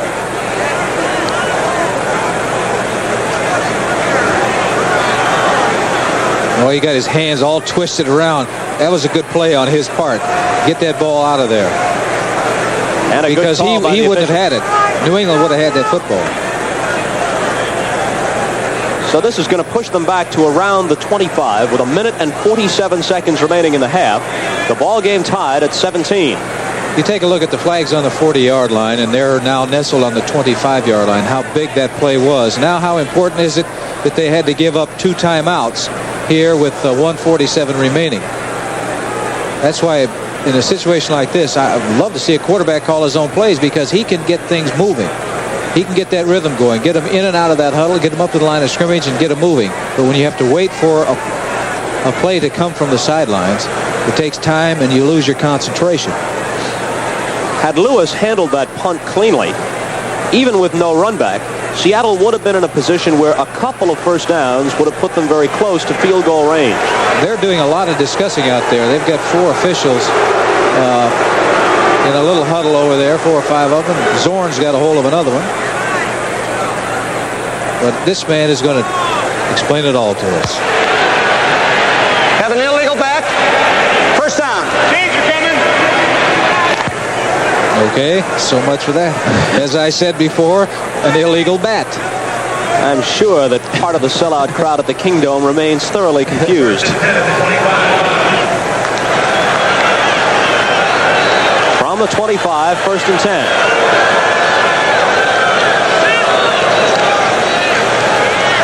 Zorn with the play fake, which fooled the cameraman, but apparently not the Patriots. No, they're not looking for any run. They're not even worried about it. He was trying to get a screen pass going, but the linebackers and the defensive backs, they're playing pass right now. Run is secondary to them. The defensive linemen, they're on their mind is get to Zorn, get to the quarterback, and make sure you keep him in the pocket. Don't let him get outside. Zorn and Grogan, both of them are very dangerous when they get outside the pocket. On 2nd and 10 from the 25. Clock stops with 1:42 remaining. And the completion to Jeff Moore. John Zamberlin wraps him up. And let's see if Seattle uses their last remaining timeout. Timeout. New England. I'm surprised Number they did one. that. I'm really surprised they did that with 1:33 remaining, and they do not have the first down. It's still 3rd down and 3 yards to go. So it's New England rather than Seattle, which stops the clock with 1:33 left. 3rd and 3 it will be from the 32. Next Sunday on NBC Sports, you can kick off Week 4 of the NFL season with exciting doubleheader action. Start your day with NFL 80 and host Bryant Gumbel. Then most of you will see the Oakland Raiders battle the Buffalo Bills, and then at 4 p.m., the Seattle Seahawks take on the Washington Redskins. Plus, there are other regional games all next Sunday here on NBC Sports. Check your listings for the games in your area. New England took that timeout. I thought that was Seattle. In any case, New England is guessing or gambling that they are going to stop them on 3rd down. That's a pretty good gamble because it's just 3 yards to go, and Zorn's going to go to the air. He's going to throw the football. And that could get Seattle's momentum going if they pick up the first down. So the Patriots have 2 timeouts remaining, and the Seahawks have 1. Both these clubs are 1-1 on the season. Seattle opened and was beaten rather badly by San Diego. And then they followed up and eked out a 1-point win at Kansas City. After leading 17-0, they watched the Chiefs come back and cut it to 17-16, but that is where Seattle held and won it by a point. New England, on the other hand, won over Cleveland, which was expected to be a tough one. Then the next week, they were a big favorite against Atlanta, and the Falcons came into New England and riddled their secondary. A great day for Steve Bartkowski, and Atlanta upset them. So both clubs are looking to break out to a 2-1 record with a victory today. Jim Jodat carries, needing 3 yards, and he is stopped short of it. Julius Adams made the tackle. Let's see if New England takes another timeout. They do. They'll have 1 left, and they'll get the ball back on a Herman Weaver punt with 1 minute and 25 seconds left. They gambled right because they stopped them. Timeout. New England, number 2. They've got 1 timeout remaining, and the way the ball has been kicked today, it hasn't been going very far. The good possibility that New England could get that football in excellent field position. The last time Weaver went back in punt formation, they faked the punt, and Weaver tried to complete a pass. The play did not come off as planned, and it set New England up at the 29-yard line of the Seahawks after the incompletion on 4th down. Fortunately for Seattle, Dave Brown immediately intercepted a pass in the end zone to negate the threat for New England. Weaver likely will be more conventional in this case. Preston Brown is waiting deep. He wears number 87, and he's standing at the 25-yard line of New England. Number 18, Herman Weaver, who had been averaging 42.5 through 2 games. Coming in today, gets it away in good shape. Takes a high bounce, and Brown on the run back to the 30, 32, 33-yard line, and that's where New England will have it. Clock stopping with 1:13 left. Cornell Webster made the tackle, number 38, and New England has 1 timeout, and they are 67 yards away from pay dirt. That was a 40-yard kick, but it wasn't a very pretty kick. Fortunate that ball bounced before the receiver had an opportunity to get it. If he had gotten it on the fly, he would have been on the move. But with New England and the great firepower that they have, particularly in their wide receivers, Morgan and Jackson, you know, we have yet to see Russ Francis get his hands on the football in this football game in the first half. And he is considered the best tight end in the business. a great blocker, but also a very capable receiver who has caught 39 passes in each of the last 2 seasons, but they haven't thrown to him so far today. He's number 81, lined up tight on the right side. Here's Grogan. Well, that was prophetic, Mr. Dawson. Francis makes the catch, gets out of bounds to stop the clock, just shy of the first down. Well, let's see where they'll spot it. I think they'll be about a 9-yard gain. It'll be less than a yard to go for the first down. But the important thing for New England, they stopped the clock. 1:07 remaining in the first half. And just a few more plays like that, and they'll be within range for John Smith. Smith's longest field goal in his career was a 49-yarder. That came in 1976. So he does not have the strength of leg that some other kickers have. He's very accurate, though, 67% for his career. Well, he led the National Football League in points scored a year ago. So what Grogan wants to do is get him within his range. There he is. He had 115 points in 1979 after missing almost all of the 78 season with a leg injury. He knows what pressure is. He's hoping they score a touchdown. They need a yard for the first down. Andy Johnson is pulled down on the play. Michael Jackson and Robert Hardy combined on the tackle. It'll be third down and again a yard to go. That was really a good play because they kept him in bounds. Grogan tries to sneak for it, bumps into his center, Pete Brock, but keeps on going. And gets the first down. They have not yet used their one remaining timeout. The ball is at midfield with 33 seconds remaining. A flag flies as Grogan drops back, and his pass is incomplete. That stops the clock with 29 seconds left, intended for Andy Johnson. Let's see what the penalty will be. I'm sure it'll be against New England. No, it's against Seattle. So the Seahawks are offsides. The Patriots will pick up 5 yards to about the 45 of Seattle.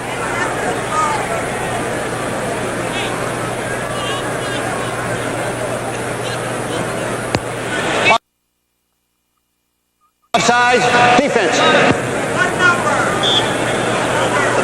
First down and now 5 yards to go. What they're fighting right now, that clock, 29 seconds remaining, 1 timeout remaining for each ball club. Morgan to the right, Jackson to the left. All right, they'll take that 5 yards back. That'll be against New England. Yeah, Don Hasselbeck jumped off on the left side.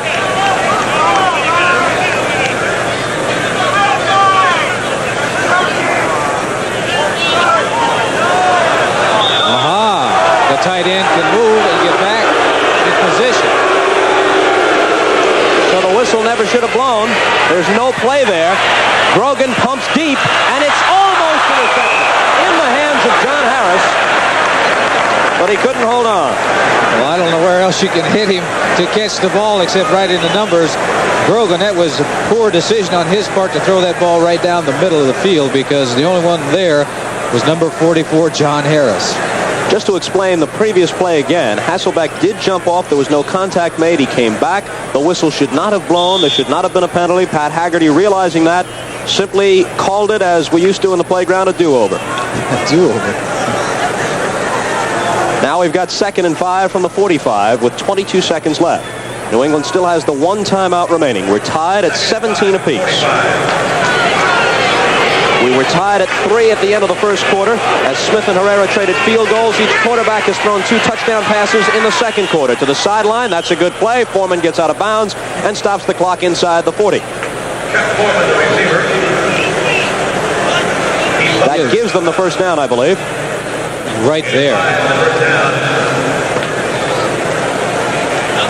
Ron Earhart has said of Chuck Foreman at Minnesota, they built their offense around him. Here in New England, we just simply want him to be a part of our offense. Well, he has really always been an outstanding pass receiver coming out of that backfield. And I'm sure that that's what they hope that he will lend to the Patriots along with Andy Johnson on a third down situation. You get 2 fine receivers in the backfield. 17 seconds and 1 timeout remaining for New England. And a leaping catch by Andy Johnson. He dives for the sideline, and that stops the clock. 10 seconds left after an 11-yard gain. That was an outstanding catch by Andy Johnson. He made one earlier in the first half that enabled the Patriots for a first down. Now they're getting in the range of John Smith. There right now, they need to think a little more yards, because this would be, if they had to kick it from there, about a 47-yard field goal. They have 10 seconds remaining. Grogan pumps it and completes it to Jackson. They've got to call the timeout. 2 seconds on the clock, and they stop it. Keith Simpson made the tackle, and this should be a much easier one now for John Smith. Boy, they really ran that time-saving offense in great shape. They did a great job. And what New England, number 3. the reason that worked is because Grogan had plenty of time to let his receivers work downfield. Credit that offensive line, and of course Grogan really fired that ball. It was a good throw. Now they're definitely in Smith's range. That was good for 16 yards. Grogan to Harold Jackson. They're going to place this down at about the 20. That would mean a 30-yard field goal with the goal post at the back of the end zone. Smith is 1 for 1 today, 3 for 3 on the season. Kavanaugh to hold. Pete Brock to snap. Last play of the first half. And John Smith sends the New England Patriots into the locker room with the lead. 20-17 on his second field goal of the day. He had one from 19 yards, which gave them a 3-0 lead in the first quarter. He hits this one from 30 as a explosive. Grogan has thrown for 180 yards, Zorn 181 yards. So it's very tight. 20-17. Seattle's going to get the ball. Grogan is 10 of 17 after the first 2 quarters. Zorn is 12 of 25. They have each thrown for 2 touchdowns. You know, a lot of people think of Steve Grogan as a guy who's been around forever, since he started his first time for the Patriots like 5 or 6 years ago, and yet he's only in his 6th season, and he's only 27 years old with all that experience behind him, just coming into his prime. Kubac to kick off, and a very, very short kick, which is grabbed by Will Lewis. Lewis taking it outside and finding some running room, and Lewis powers his way out to the 37-yard line. Good field position for Seattle. Bob Golick, the Notre Dame product, made the stop for the Patriots. Very high but very short kick. Lewis coming up, and some good blocking by his teammates right there. And the out-contained man for New England let him get outside, and that enabled him to get excellent field position around the 37-yard line. Sherman Smith and Dan Dornick are the running backs behind Zorn. First play from scrimmage in the third quarter. New England 20 and Seattle 17. Bob Costas with Len Dawson at the Kingdom. Sawyer, the tight end, is in motion. Zorn will pass on first down. Van Berlin in pursuit, but he gets it away on the run and completes it to Dornick, who makes the diving catch. Jim Zorn can scramble with that football. Now he is being pursued. Fortunately, he has excellent speed. He's being pursued by a linebacker, and he just gets the ball off. Hits right on the money between 2 defensive ends. That was an excellent play. 9-yard gain, so it's 2nd and 1 now, which makes it very easy to call plays. He can do anything that he wants to out there. Rabel and Largent, both wide receivers on the left side. Dornick and Smith line up in an I. Here comes Largent in motion. They give it to Sherman Smith, who is brought down for a loss by Julius Adams. Now it'll be 3rd down and about 3. I'm surprised they ran that type of a play, because that took a long time in developing. I thought it was going to be a play pass. Situation like that, most of the time you want to bang in there in a hurry, because you don't want the defensive lineman to get penetration. Julius Adams did an excellent job of doing just that. So now they're facing a situation where they've got about 3 yards to go now. 3 wide receivers, Largent, Rabel, and McCullum. From just shy of their own 45-yard line. The Seahawks try and cross them up with the run, but Julius Adams again is there. Sherman Smith is brought down short, and Weaver will have to come in and kick it away. Well, that's tough there. You had a 2nd and 1 situation and end up with 2 running plays and lose yardage on it. Don't come up with a first down.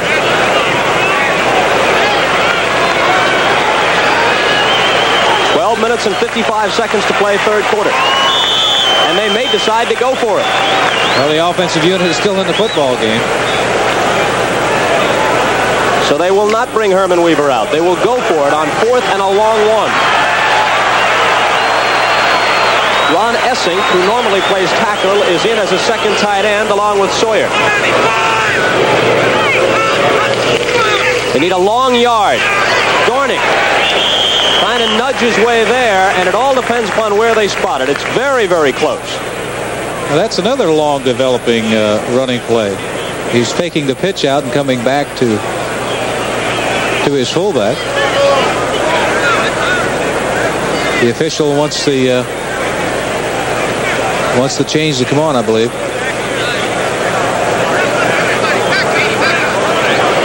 As they peel away, it looks from here like they might be short. But it is very close.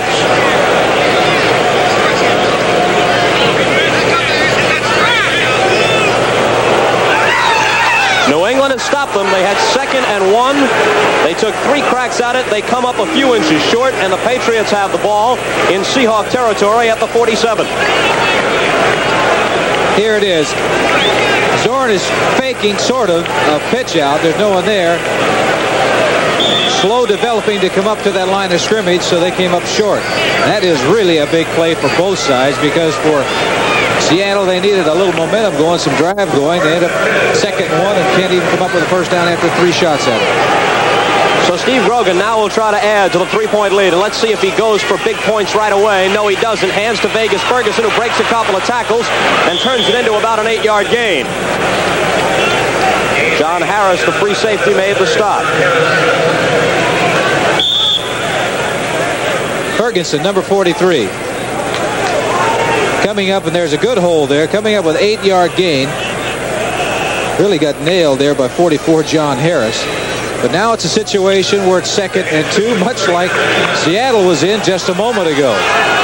From the 39 of the Seahawks. Another sellout at the Kingdome. Almost 65,000 tickets sold for this one. Ferguson trying to take it outside. Keith Butler in pursuit. And we pause briefly for station identification. This is the NBC television network. This is KING TV, Seattle.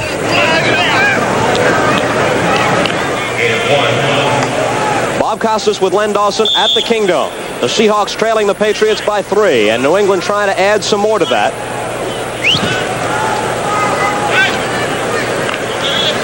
This is a 3rd down play, and they need less than a yard to keep their drive alive.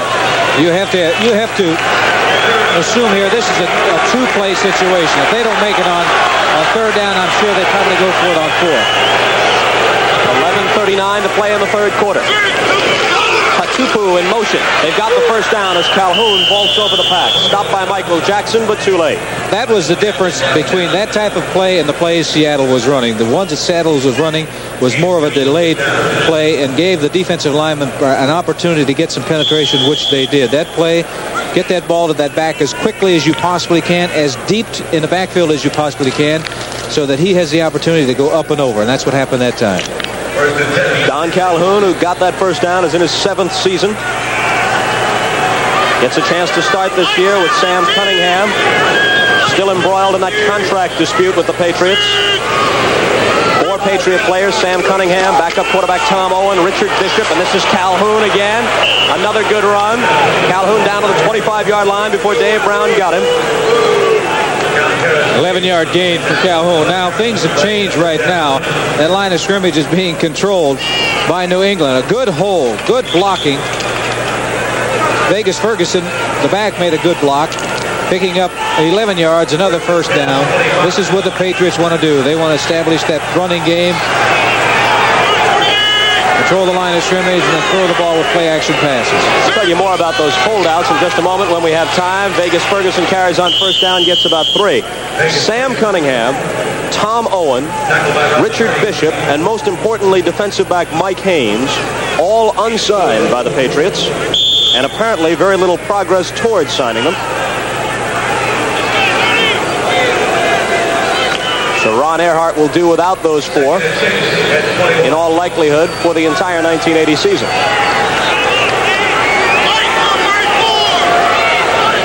second down, and let's call it 7. Uh-oh. Hold everything here. Francis jumped off sides. Pat Hardy, number 75 of Seattle, tried to tear Vegas Ferguson's head off. They'll refuse that penalty if they have a choice, I'm sure.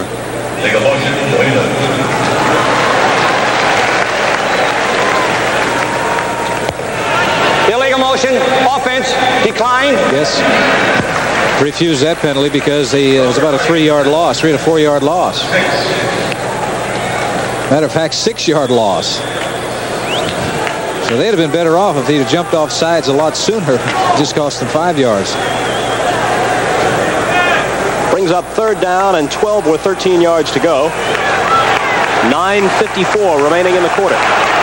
Johnson and Foreman are in the backfield. Passing situation. 5 defensive backs for Seattle. Rogan with his drop to the sideline. Let's see if Jackson was inbounds when he made the catch. Give him credit for making the catch because that was an outstanding catch, but both feet not inbounds. So Jackson's effort goes for naught. It's fourth down, the ball at the 27, and Smith will come in to attempt about a 44-yard field goal.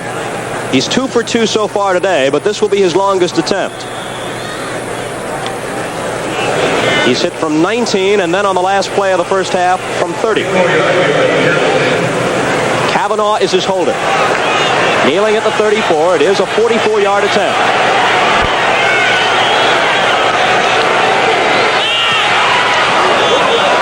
This one has the distance, but it is wide to the right. So Smith got enough leg into it, but not the direction. We have 9 minutes and 44 seconds to play in quarter number 3, and the score remains New England 20 and Seattle 17. We'll return to the Kingdome in Seattle in just a moment.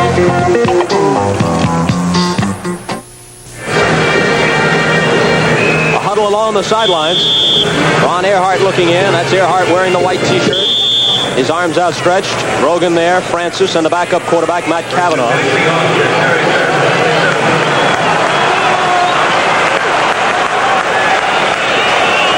Patriots had an opportunity when they took over on downs in Seattle territory a moment ago, but they couldn't produce any points out of it.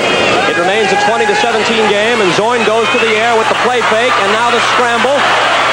And he eludes a group of tacklers, tucks it in, takes off, and gets out of bounds. We talk about being exciting. This young man is exactly that. He turned a disastrous situation where he could have been nailed for about a 10 to 15 yard loss right now because of his quickness and his speed into about a 9-yard gain. Here's the speed coming into it right now. Get as much as you possibly can, get out of bounds. Good play by Zorn. He's done that about 3 or 4 times this afternoon. Brings up second down and 1, which is exactly the situation they faced on their last possession and wound up taking 3 cracks at it and coming up empty. I bet they go straight at it now. Yes, they do. They do, and Dornick has the first down to the 41. So he picked up 5 yards on that play. Hit it quickly like that so that the defensive linemen do not have an opportunity to get that penetration. As big as Dornick is, he's going to pick up that yard. But when you have a delayed play, then you're giving the defense an opportunity to get good penetration. That's what happened the last time when they came up short on a short yardage situation. John Sawyer, number 81, the tight end on the right side, just checked in with the play for Zorn on 1st and 10 from the 41. Exactly 9 minutes to play in the third quarter. New England 20 and Seattle 17. Largent is in motion. Zorn is under pressure. Gets away from Adams. Fires, and it is dropped by McCollum. Would have been a tough catch, but he did have a crack at it and couldn't hold on. Once again, Zorn threw that ball way before McCollum made his final move. He had to get rid of the football because they are putting pressure on Zorn. They're trying the play action faking on first down, which they have to do because their running game hasn't been very much at all this afternoon. They've had a couple of plays that they've had success on, but overall it hasn't been. If they ever get their running game going, they are going to be devastating. Because right now, defensively for New England, they're really not concerned about the running game of the Seahawks. Seattle does not have a rushing touchdown so far this year. Neither have they piled up an impressive yardage total on the ground. See, right now, you can forget about the play fake. They don't care about that. And you can forget about Zorn in this situation. He dumped it off. We have a flag, and it might be intentional grounding. The only guy really close to that pass was his center, John Yarno, number 51. That's what they're going to call intentionally grounding the football. Intentional grounding, offense. So that's where that play action comes in right there. The quarterback's back is to the line of scrimmage, and he can't see what's coming. They're blitzing him. It's 2nd and 10. They're not concerned about the run. They're flying after him. Now he's turning around. There's 3 or 4 of the defensive men around him. Now he's just getting rid of the ball. Throwing it in the direction of an offensive line. Lost it down. Lost it down. So they lose both down and distance on the intentional grounding call. Dak Patera has reason to be concerned. It's 3rd and 20 from the 31. You know, you were making the point about Seattle's need to establish the ground game in addition to the great passing attack led by Zorn last week when Atlanta did a number on New England. William Andrews had 124 yards rushing, and Lynn Kane also had a good game. That complemented Kwiatkowski, who in turn went to work through the air and riddled the Patriots secondary. You watch that defensive line tee off now. Zorn has not had the luxury of the good ground game. He has thrown for 2 touchdowns. He needs 20. He's got a completion, but not the first down. About a 9-yard gain. Jesse Green made a mistake in doing what a lot of young receivers do when they're catching the football in a situation like that. He left his feet. And it only stands to reason if your feet are up in the air, you can't go anyplace. The ideal thing is to come back and make that reception and just keep on moving. You might break that tackle. If you break the tackle, you might have an opportunity to pick up the first down. Preston Brown, a rookie out of Vanderbilt, waits for the kick from Herman Weaver. There he got one off. This is the best boot by either punter today. It drives Brown back to the 15-yard line, and he breaks out of one tackle, but not another. Returns it about 6 yards to the 21. We'll credit the stop to Bill Cook. A 46-yard punt, a 7-yard return, 7:59 to play 3rd quarter. New England with the ball and a 3-point lead. This is Bryant Gumbel in New York. In Denver, the Broncos are trying to get back into it in relief of Robinson. Craig Morton, a touchdown pass of 15 yards to Haven Moses. Broncos still having a tough time. It's 30-13. Back to the Kingdome and Bob Costas. All right, thank you, Bryant. The Patriots with the ball and trying to pad their 3-point advantage at the 21-yard line. 7:59 to play. Quarter number 3.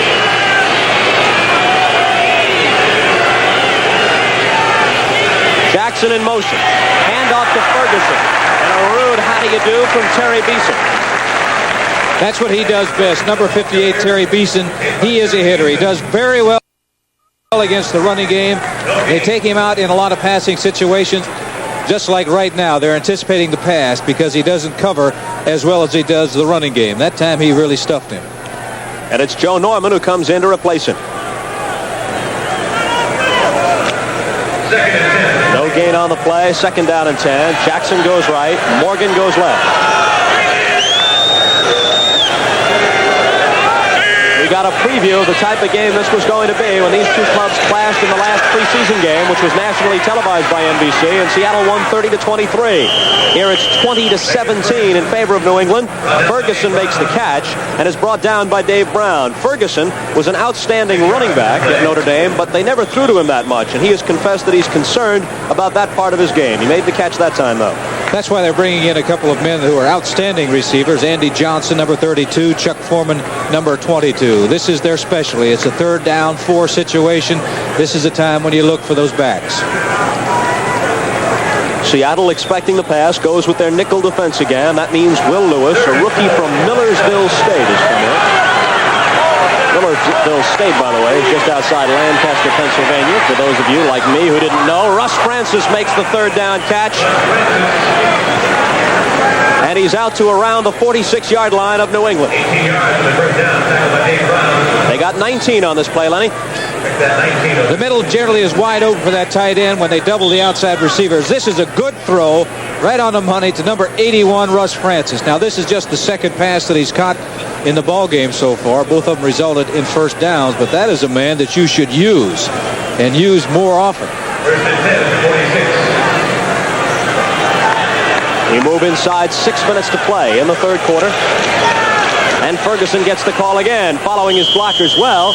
Ferguson reels off about a 7-yard gain. Make it 8. It'll be 2nd down and 2. New England right now establishing that running game, doing something that they were unable to do in the first half, and that is run, particularly on first down. Coming up now in this situation where it's 2nd and 2 or 2nd and 3, it makes play calling so much better, so much easier. Dwight Wheeler goes off. Wheeler, who normally starts at left tackle, did not start today. He was replaced by Gary Petch. Wheeler comes back into the game, has troubles again, and Petch returns as Wheeler goes off. On 2nd down, Ferguson has the first down and then some. Ferguson to around the 37-yard line. John Harris, the free safety, made the stop. And also, I think Cornell Webster got kicked, and he got kicked on that play, and he's off. He is in pain at the present time, I can tell you that. He is holding his right wrist. He broke that wrist late last season. Apparently, it's still bothering him, and he was hitting just the wrong way on that play. Here's Ferguson's run again. Good blocking up front, and his own man hit him. Number 55, Jackson, hit it. Grogan bootlegging, but he finds everything stuffed up, and down he goes. Bill Gregory, the 10-year veteran from Wisconsin, the elder statesman of the Seahawk defense, makes the tackle. Well, they're trying the old bootleg play. Steve Grogan trying to go to his left. Bill Gregory, the seasoned veteran, number 77, didn't buy it. The man that they should try that on is the other side, that rookie, Jacob Green, because he's more apt to chase the flow of the backs than a seasoned veteran like Gregory. 2nd down and 9 for Grogan, who's 12 of 20 so far for 205 yards. He's the number 1 ranked passer after the first 2 weeks of the season in the league. He throws a bullet over the middle, and Francis out-battled John Harris for the catch.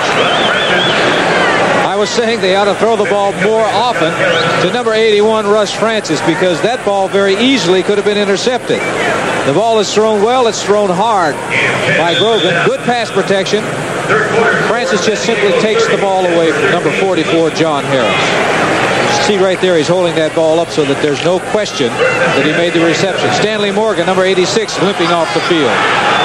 They got 11 on that play. Carlos Pennywell, number 88, comes in to replace Morgan. Ferguson tries to go wide. The pursuit is good, and they drag him down. Jacob Green was there. They were able to get outside. One of the reasons that they picked up a couple of yards, they picked up 4 on that play. Number 61, Sam Adams, offensive right guard. He was able to turn that corner around the right side. When that happens, when that guard turns the corner, that back is going to be right behind him, and you're going to pick up some yardage. So a 5-yard gain. Now it makes it 2nd and 5.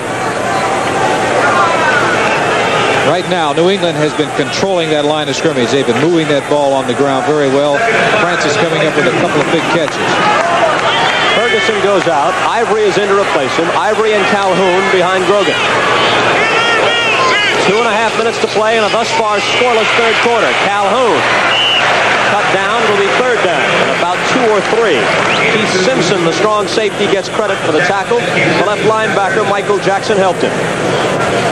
We're in a situation now, 3 yards to go for a first down. Stanley Morgan, by the way, coming back in the ballgame. He limped off the field just the last play, but he's back in the huddle, coming in with the play. But they've been running with the football very well, so this is an excellent opportunity to run or one of those play-action passes.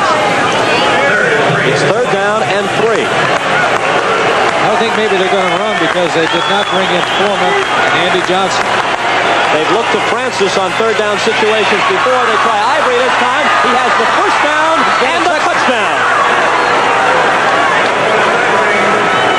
Ivory goes 20 for the score, and the Patriots increase their lead to 26-17, the biggest advantage that either club has held so far. The second half has been belonging to Vegas Ferguson. Here he cuts back. Good block by 61 Sam Adams. A couple of missed tackles, and it's all over. It's into the end zone. I said, who did I say that was Ferguson? It was Horace Ivory, number 23. I'm sorry, Horace. Horace and his fans back in Oklahoma will forgive you. They're happy enough right now. Smith can make it a 10-point lead out of Kavanaugh's hold as he looks for the 27th point. And there it is. Kick is good. The clock stops with 1 minute and 43 seconds to play in the third quarter, and New England has opened up the game's biggest lead.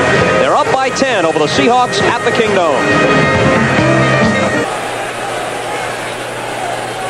Cornell Webster is back in the game. You see that heavily bandaged right wrist. He broke it late last season, took a knock on it, which sent him to the sidelines briefly a few minutes ago. He's back in, and he fields this punt at the 5-yard line, this kick rather, from Kubac, and across the 20 to about the 22. Mike Hawkins was in on the tackle. Patriots scoring drive took 10 plays, covered 79 yards, and ate up 6 minutes and 16 seconds before Horace Ivory galloped the last 20 for the touchdown. I think the important there is 6 minutes, 16 seconds, and scoring. Really puts a lot of pressure now on Seattle. Let's take a look at Cornell Webster. It's good to see him back up and over there. He was limping off the field. Knew he was in a lot of pain. The Seahawks send McCullum left and Largent right. They trail by 10 points, 27-17, a minute 32 to play in the third period. Zorn has time. Not anymore, he doesn't. A flag is down, and so is Zorn at the 15-yard line. He had enough time, but the New England secondary did a good job of covering his receivers, and then that protection broke down, and a flag flew along with it. Disregard it, says Pat Haggerty.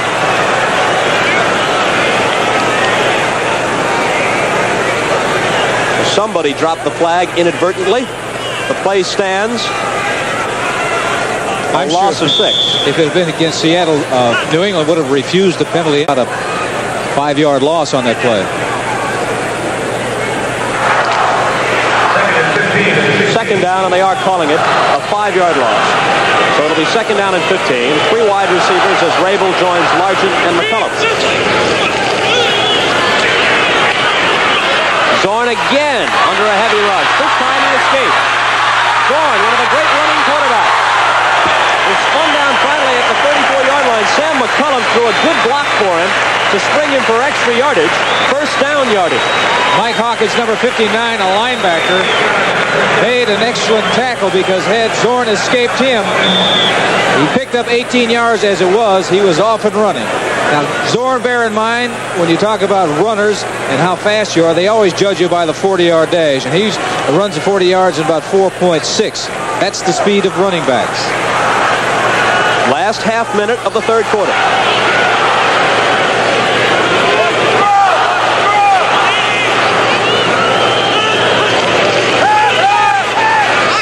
Zorn lobs it over 2 defenders to Dan Dornick. That's about as nice a touch as you can have. He had to throw the ball over 2 linebackers. One was Mike Hawkins, number 59, and he drops this ball over the linebackers right into the hands of 33. Dornick picked up about 9 yards, I believe it is, so now it's going to be second and less than 1 yard to go for a first down. It reminds me that not too long ago they were in very much the same position, second and 1, 3 tries, and they came up short. From their own 43 with 9 seconds left in the quarter. Keep it on the ground. Dornick trying to get the first down and does. Steve Nelson tackled him after a gain of 2. That will be the last play of the third quarter. When we come back, it'll be first down for Seattle. They will be at their own 46. And at the end of 3, the score, New England 27, Seattle 17. We'll be right back after these messages from your local station. Bob Costas and Len Dawson. Start of quarter number 4 at the Kingdome in Seattle. Zorn thus far, 15 for 29, 207 yards, 2 touchdowns. Brogan, 13 for 21, 215 yards, 2 touchdowns. Pitch back to Sherman Smith on first down. And Smith tries to turn the corner. Breaks out of a hand tackle. Sprints down the sidelines for a big gain before Tim Fox, the free safety, tripped him up and Smith was hurt on the play. He got down to about the 30-yard line of New England. About a 23 or 24-yard gain. He broke about 2 tackles also when he turned that corner. Good block by number 86, Jesse Green, is coming back in motion and knocked down the 23-yard gain. Here it is again, Lenny. This is a pitch out to 47 is Sherman Smith. Gets out in front. He'd break his tackle there. Somebody grabbed a hold of his jersey, but he ran right through that. before he's finally knocked out of bounds right there by number 48, Tim Fox. You can see right now that he's in pain. Tim Fox, who made that play, has started law school this year. Last season, he negotiated his own contract, did not use an agent, negotiated his own pact with GM Bucko Kilroy. That's kind of rare these days in the NFL or any other major sport. Timeout with 14:53 remaining, and New England up by 10, but Seattle threatening. Sherman Smith shaken up on that last play, being attended to on the Seahawks sideline. By the way, Mark Bell, the tight end who was hurt during the first half, has an ankle injury. It will be x-rayed. He will not return for the rest of the day. First and 10, Seattle from the New England 31 with 14:53 left in the game. Moore and Jodat are the running backs. Zorn ignores them and goes right to the air, takes it up top. Largent is out there, touchdown. Steve Largent.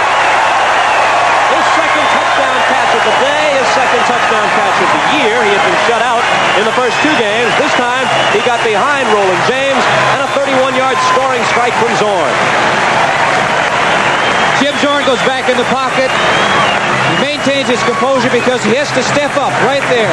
Great touch. Great feel for this ball because he just lays it up nice and softly right into the hands of Largent going into the end zone. Largent put on a great move on the defenders because he was running toward the middle of the field thinking they were going deep inside, and he cut back to the outside. The ball was there, and it's very simple that way. Good protection for Zorn and a great throw and a great catch. Largent with 5 catches today for 115 yards and 2 touchdowns. Herrera can bring his club back to within a field goal if he hits this, which he does. So some early fireworks here at the start of the fourth quarter. 14 minutes and 46 seconds remaining in the game, and the Patriot lead is shaved to 3 at 27-24. Herrera walking to the sidelines where he confers briefly with Jack Patera, possibly hoping that Patera would give him the go-ahead for another of his patented onside kick attempts. You notice what happens there. He went to the coach. The coach said either to kick it away or maybe have some sort of onside kick. Then they huddle up. And Herrera is giving the information to the team out there as to what the coach had said. I am assuming right now with 14:46 remaining in the fourth quarter that they're going to kick the ball away.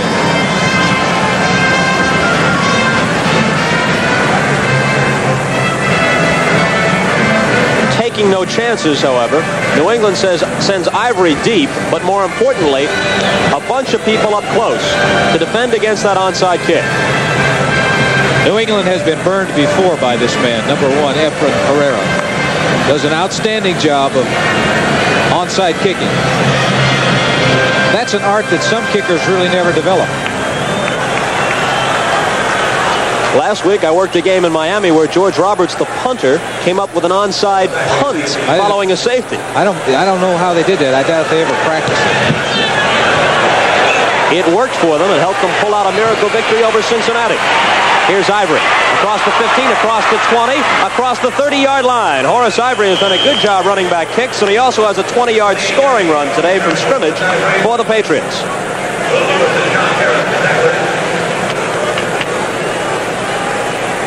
The report on Sherman Smith, he injured his right knee. The severity of it not yet known. He's up and walking around, as you can see, and a moment ago we saw him smiling on the sidelines. We assume then it is not a serious injury. Well, if you can get up and walk around like that right after you've been hit, it's not that serious. Ferguson and Calhoun are the backs. Calhoun gets the call, breaks out of a tackle at the line of scrimmage, and sprints out near midfield to the 48-yard line. So New England comes right back. Their lead was cut to 3, and they waste no time trying to add to it. This looks like a different offensive team in the second half for the Patriots. This is just straight ahead. 61, Sam Adams, a good block. Now he's breaking tackles. Broke the tackle of 77, Bill Gregory, picking up a first down. But they're running right now, looks like, with a great deal more authority in the second half than they did in the first half. Calhoun got 16 on the play. They fake the give to Ferguson. Grogan has all day back there before lobbing one out to a wide-open Harold Jackson. He couldn't have been more all alone. Finally, he skips out of bounds as Cornell Webster, who was playing center field on the play, back deep, comes up behind him and knocks him out at about the 13. Here's a 40-yard play, but watch the protection that Grogan gets. He's sitting back there looking, rocking around in the pocket, finally has to get rid of the ball, but Jackson is wide open. What had happened, Stanley Morgan, number 86, the other wide receiver, had taken Cornell Webster and the other deep back way downfield, and it was just a matter of throwing the ball over the linebackers. But the important thing there for Grogan and New England is he had plenty of time to let that play develop. The ball now just shy of the 12-yard line, and this has been the pattern all day long. One team scores and another strikes back quickly. 13:52 remaining. There's Stanley Morgan in motion. He's already caught 2 touchdown passes today. Vegas Ferguson just about back to the line of scrimmage. It'll be 2nd down and 10. Keith Butler, the right side linebacker, got to him first. Yes, but Manny Tuiasosopo, very good, got to him. He didn't make the tackle, but he got a hold of him and really slowed him down in order to have the rest of his teammates come on and make the tackle. Big play on 1st down. That makes it 2nd and 11 in a situation where Grogan's going to have to go to the air. And accordingly, Beeson, the middle linebacker, goes out, and Joe Norman, who is better at defending against the pass, comes in. Francis moving left to right. Grogan pumping and scampering out of there and goes down at about the 11-yard line. Keith Simpson was closing in on him fast from his strong safety spot, and Grogan did the smart thing. Yes, he did. He got as much as he possibly could because he was in a jam. Down here in a situation like this, the defense has a little bit of an advantage because they have the end zone to help them. They know, the safety men know that they don't have to worry about any deep patterns because they're located down around the 12 or 13-yard line. So they can play everything in front of them. 3rd down, and we'll call it 9 yards to go. Grogan calling a timeout. Timeout, New England. Timeout, New England. And the numbers on Grogan, you saw it hit 14 of 22 thus far. When we come back, he will have gotten his play from Ron Earhart and the assistants. They'll have 3rd and 9 at the 11 with a 3-point lead.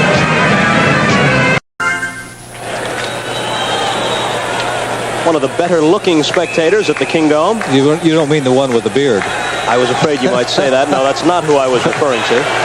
We got a 3rd and 9 situation right now. New England wants points. They want at least 3 points. So if they throw the football, I'm sure Grogan is told, the man isn't open, throw the football away. 12 and a half minutes remaining in this football game. If they did get 3 points instead of 7, that would force Seattle to go for a touchdown. Morgan left, Jackson right. Now Jackson in motion. Fakes it to Foreman, throws to the end zone, and Francis was behind his man, but the pass was not on target. It'll be 4th down, and they'll have to settle for 3. Well, I'm sure that's what they told him. He wasn't taking a chance. Francis, it would have had to been a perfect pass. Make sure you don't throw the interception. Right now with the situation, Smith is a good bet to make this field goal. He's deadly from this particular area on the field.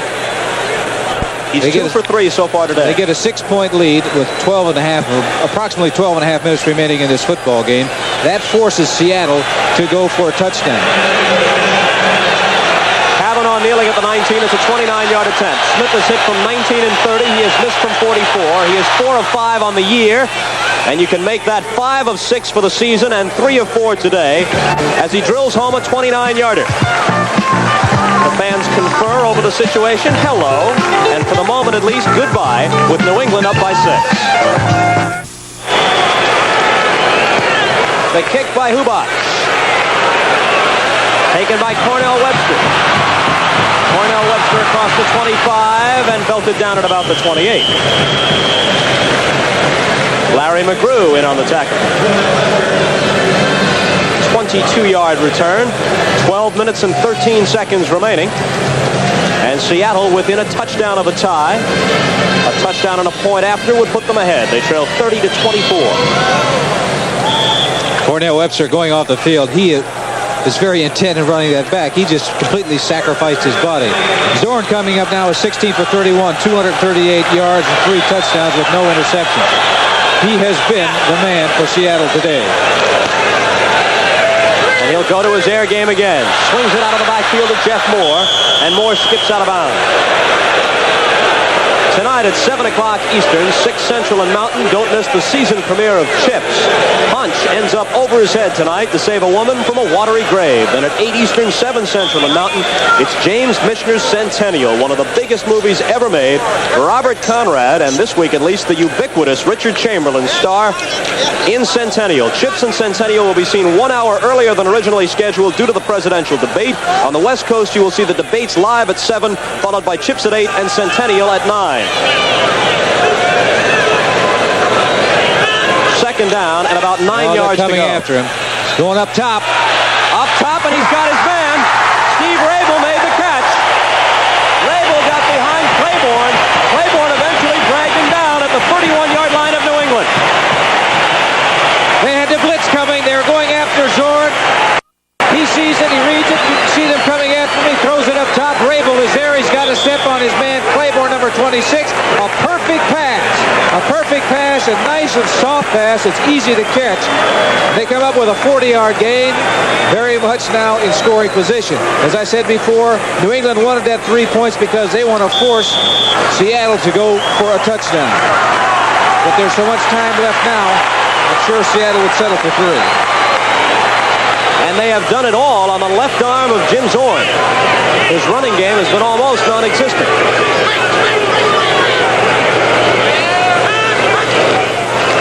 And he doesn't even bother with it here on first down. Steps back up, takes off, slips out of the grasp of one tackler, and turns it into a short gain before Rod Schote, the linebacker, makes the tackle. He can do a lot of things. One thing, besides throwing the ball, he just threw a perfect pass on a blitz to Rabel. Now he's going to take off. The pressure is there. 85, Julius Adam is there.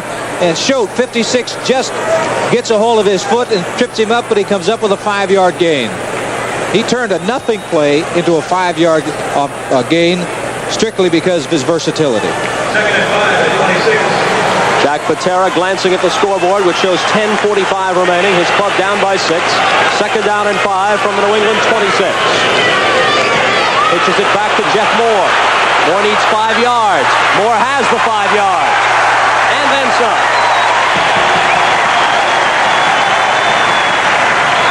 Yes, sir, he picked up at least 6 yards on the play. Looked like Jim Jodat threw a good block in front of him. Number 43 is Jodat. He is out in front. Does make the block. Cuts back. 6-yard gain. They're now first and 10 at the 20-yard line. 10 minutes, 8 seconds, and counting down in the ball game. Both clubs have just marched up and down this field consistently. One team will score, the other wastes no time, striking right back. They're all up there for New England. He's checking off right now. And he goes to Moore, who tries to take it off tackle and is stuffed for a yard loss. Larry McGrew, the rookie linebacker from USC, makes the tackle. I don't know what that means from Jack Patera, the head coach.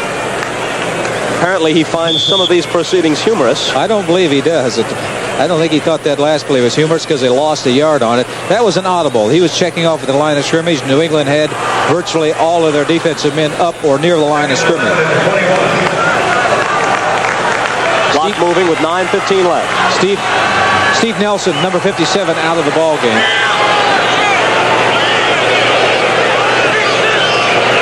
Going on second. He's checking off again. It's down to 3 seconds on that 30-second clock, so he had to do something. He had to call timeout or take a 5-yard penalty. Both clubs now have 2 timeouts remaining. We have 9:02 on the clock. When we come back, it's 2nd and 11, Seattle from the New England 21. Bob Costas with Len Dawson in Seattle. The Seahawks trying to come back. They trailed at one time in the second half by 10 at 27-17.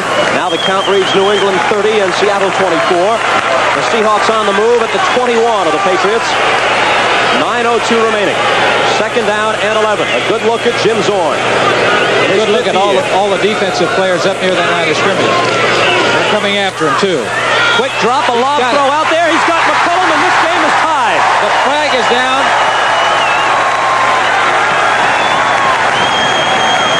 The flag is down. I don't know who they're going to call it.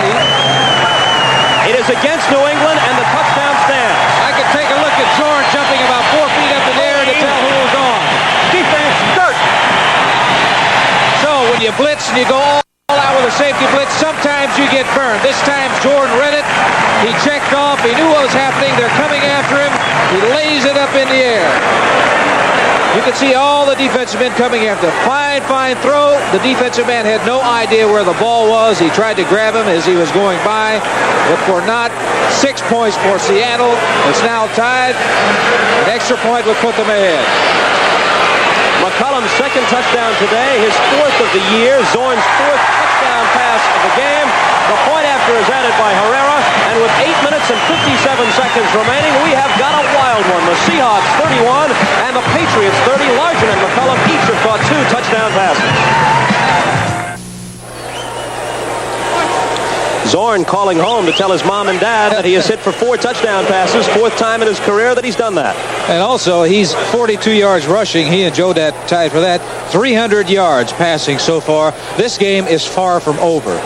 During the break, the Kingdome fans were chanting defense, a commodity that has been conspicuously absent on both sides so far. Now when you're taking a look at the score, 31-30, 8:57 remaining in this football game.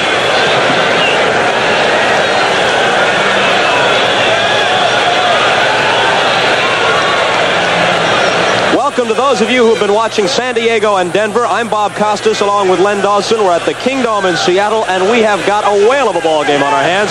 8:57 remaining. Efren Herrera about to kick off to Horace Ivory of New England, and the Seahawks lead the Patriots 31-30. Ivory comes across the 25, across the 30-yard line, and is dumped at the 32, and that's where the Patriots will go to work, trying to regain the lead, which at one time was 10 points at 27-17. But Jim Zorn has led the Seahawks back. He has thrown 4 touchdown passes, 2 to Sam McCollum, 2 to Steve Largen, and momentarily at least, the Seahawks lead by 1. That last play, guess who was involved in the tackle? Number 1, Efren Herrera. And again, the Kingdome crowd begins to chant defense. Vegas Ferguson on first down, and the rookie from Notre Dame moves across the 40 before free safety John Harris stops him. It'll be second down and about 1. The second half, rushing-wise for the New England Patriots, there's a man who's really done an outstanding job, number 43, Vegas Ferguson. Also, Horace Ivory, a 20-yard touchdown run in this football game in the second half, but New England is taking control of that line of scrimmage in the second half. If it hadn't been for Zorn for Seattle, they wouldn't be in the ball game. Steve Grogan has thrown 2 touchdown passes, 68 and 40 yards to Stanley Morgan. Horace Ivory has run 20 for another score, and John Smith has kicked 3 field goals. Michael Jackson made the stop on Don Calhoun, who got 8 yards and a New England first down. Really has not been too much defense in this football game. Right now, first time they got the football on first down, 9 yards. Next time they get 8 yards. The ball now nestled on the 48-yard line. And the clock showing 7:45 remaining. You get the feeling that the team that wins this game will be the team that has the ball last. Calhoun slips out of some trouble in the backfield. Straight arms Dave Brown, and down the sidelines he goes for big yardage. Out of bounds at about the 37-yard line of Seattle. They are just going straight at Seattle. That time, Calhoun, number 44, did a good job of breaking tackles and picking up big yardage for another first down. 14 yards on the play for Calhoun. He goes out now, replaced by Mosi Tatupu. 75 yards for Calhoun so far in this ball game. 7:29 remaining. The Seahawks by 1 at 31-30.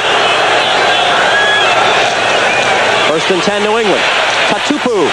Tatupu is tackled by Tuiasosopo. And do not touch your set. There's nothing wrong with it. I was waiting for that all day. Mosi Tatupu ran into the arms of Manu Tuiasosopo. Tonight at 7 Eastern, 6 Central, and Mountain. Don't miss the season premiere of Chips as Punch ends up over his head to save a woman from a watery grave. Then at 8 Eastern, 7 Central, and Mountain Time, it's James Michener's Centennial, starring Robert Conrad and Richard Chamberlain. Chips and Centennial will be seen an hour earlier than originally scheduled due to tonight's presidential debate. On the West Coast, you will see the debates live at 7, followed by Chips at 8 and Centennial at 9 on NBC. Horace Ivory replacing Ferguson in the backfield for New England. Second down and 7. They fake the reverse. And Ivory holds onto the ball. Sheds one tackler. And then Seattle converges on him with 3 people. Cornell Webster was there first. He got 6 on the play, and that will leave them with about 3rd and 1. LA 51, Green Bay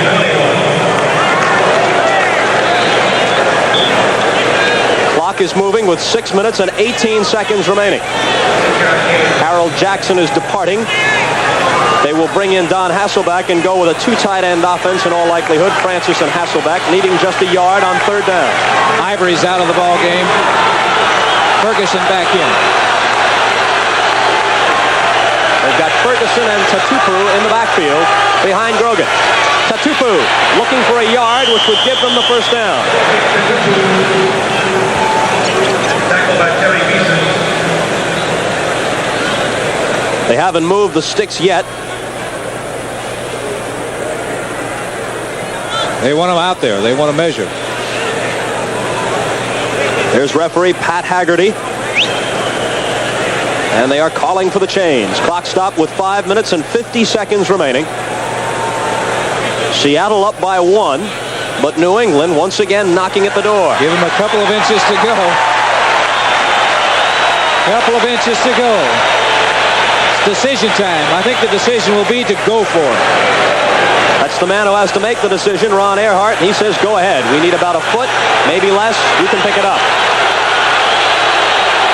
There's going to be a whole bunch of people up on that line of scrimmage.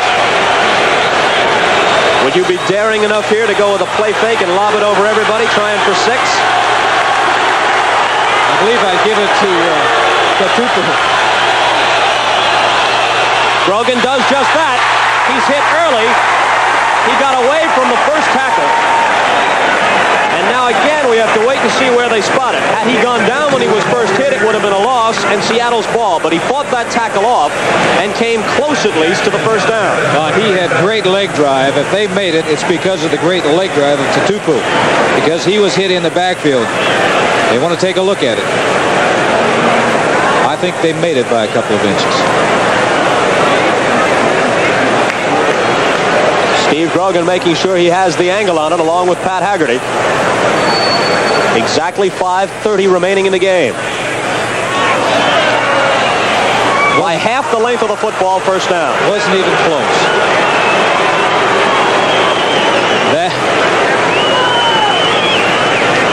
So Tatupu got about a foot on the play, but that was all they needed.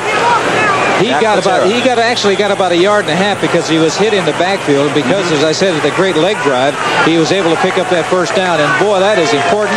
That clock is 5:20 and counting down. They are now in John Smith territory. The first downs for the game, just about as close as the score. Jackson in motion. Carrying is Ferguson. Trying to go wide. They drag him down. Michael Jackson got there first. Now let's go to New York and Bryant Gumbel with an update from NFL 80.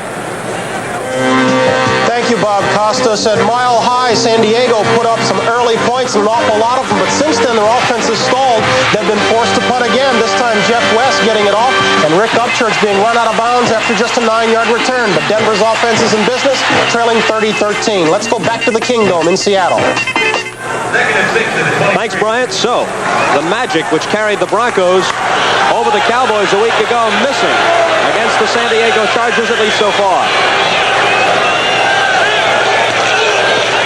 Don Calhoun carries. And Calhoun running strongly is to about the 17-yard line of Seattle before Mike Jackson, the linebacker, gets credit for the stop. There's Jackson, number 55, at the bottom of the heap. That's a first down for New England. Give credit to that offensive line of New England. 61, Sam Adams has been doing a great job. And we now pause briefly for station identification. This is the NBC television network. This is KING-TV, Seattle. 4 minutes and 29 seconds remaining at the Kingdome in Seattle. Bob Costas with Len Dawson. New England trails by a point. But they are driving with 1st and 10 at the Seattle 17. Grogan hands to Calhoun, stuffed in the backfield for a loss. Number 55 58, Terry Beeson, the middle linebacker, really shot through there and disrupted everything in the backfield, made Calhoun change his direction. Bill Gregory was the man that finally made the tackle, but it was 58, Beeson, who got the penetration that was necessary. They had to do something on first down because for this entire drive, New England's been taking that ball on first down and banging out 7, 8, 9 yards. They had to do something to stop them, to force them into a passing situation. Beeson goes off. Joe Norman replaces him in a passing situation. 2nd down and 11 from the 18-yard line. 3:40 left. Vegas Ferguson. He doesn't get much. A yard or two. It'll be 3rd and long for New England. It's going to be a situation. They're going to be about 3rd and 9 yards to go, Bob. 3 minutes, 20 seconds counting down now. They're down by 1 point. What this man does not want to do, as you see Andy Johnson and Chuck Foreman coming into the backfield for New England, they don't want to give up the football. They've got an outstanding field goal kicker. They want to make sure that they have an opportunity, if they don't get the first down or score, for John Smith to kick. If they get no closer than this, the field goal by Smith would be about a 34-yarder. Grogan to the air on 3rd down. Grogan firing and hitting his man in the end zone for the touchdown. Don Hasselbeck, the reserve tight end, 4-year man from Colorado, with his 3rd touchdown of the season. That's where the height that Don Hasselbeck has. This is a 16-yard touchdown pass. Good protection for Grogan. Throwing the ball. Hasselbeck coming up with all alone in the end zone. 42 is Simpson, who was behind Hasselbeck, and I'm sure couldn't see the ball because there's a big difference in height. Hasselbeck is at least 6'6". So John Smith comes on. Hasselbeck, to be exact, is 6'7". And Hasselbeck, connecting with Grogan, who throws his 3rd touchdown pass, has put the Patriots in front. Smith tacks on another point. We've got 2 minutes and 52 seconds remaining in the ballgame. And the score, New England 37 and Seattle 31. But Zorn has thrown for 4 scores, so don't go away. The premiere episode this season of Chips will be seen immediately following the conclusion of NBC football coverage over most of these stations, except for most Mountain and Pacific time zone stations, where it will be seen at its regular time. Mike Kubach to kick off for the Patriots. As we ride the seesaw, it's New England's turn to have the lead. They're up by 6. Cornell Webster takes the kick and tries to bring it around to the left. Oops, I'll go back the other way, says Cornell. He retreats to the 10, and he goes down at about the 6. He did a lot of running, but no gaining before Roland James made the tackle. The winner here today will in all likelihood trail by a game in their division. Buffalo is off to a great start. They're 3-0 in the AFC East. So with a win today, New England would be 2-1 and a game back. San Diego apparently on their way to making their record 3-0, leading at Denver. Seattle would need to win to go 2-1 and stay a game behind them. At this stage of the season, with just 3 games played, a team does not want to be 2 games back in the 1-loss column. That's why this game is very, very important for both teams.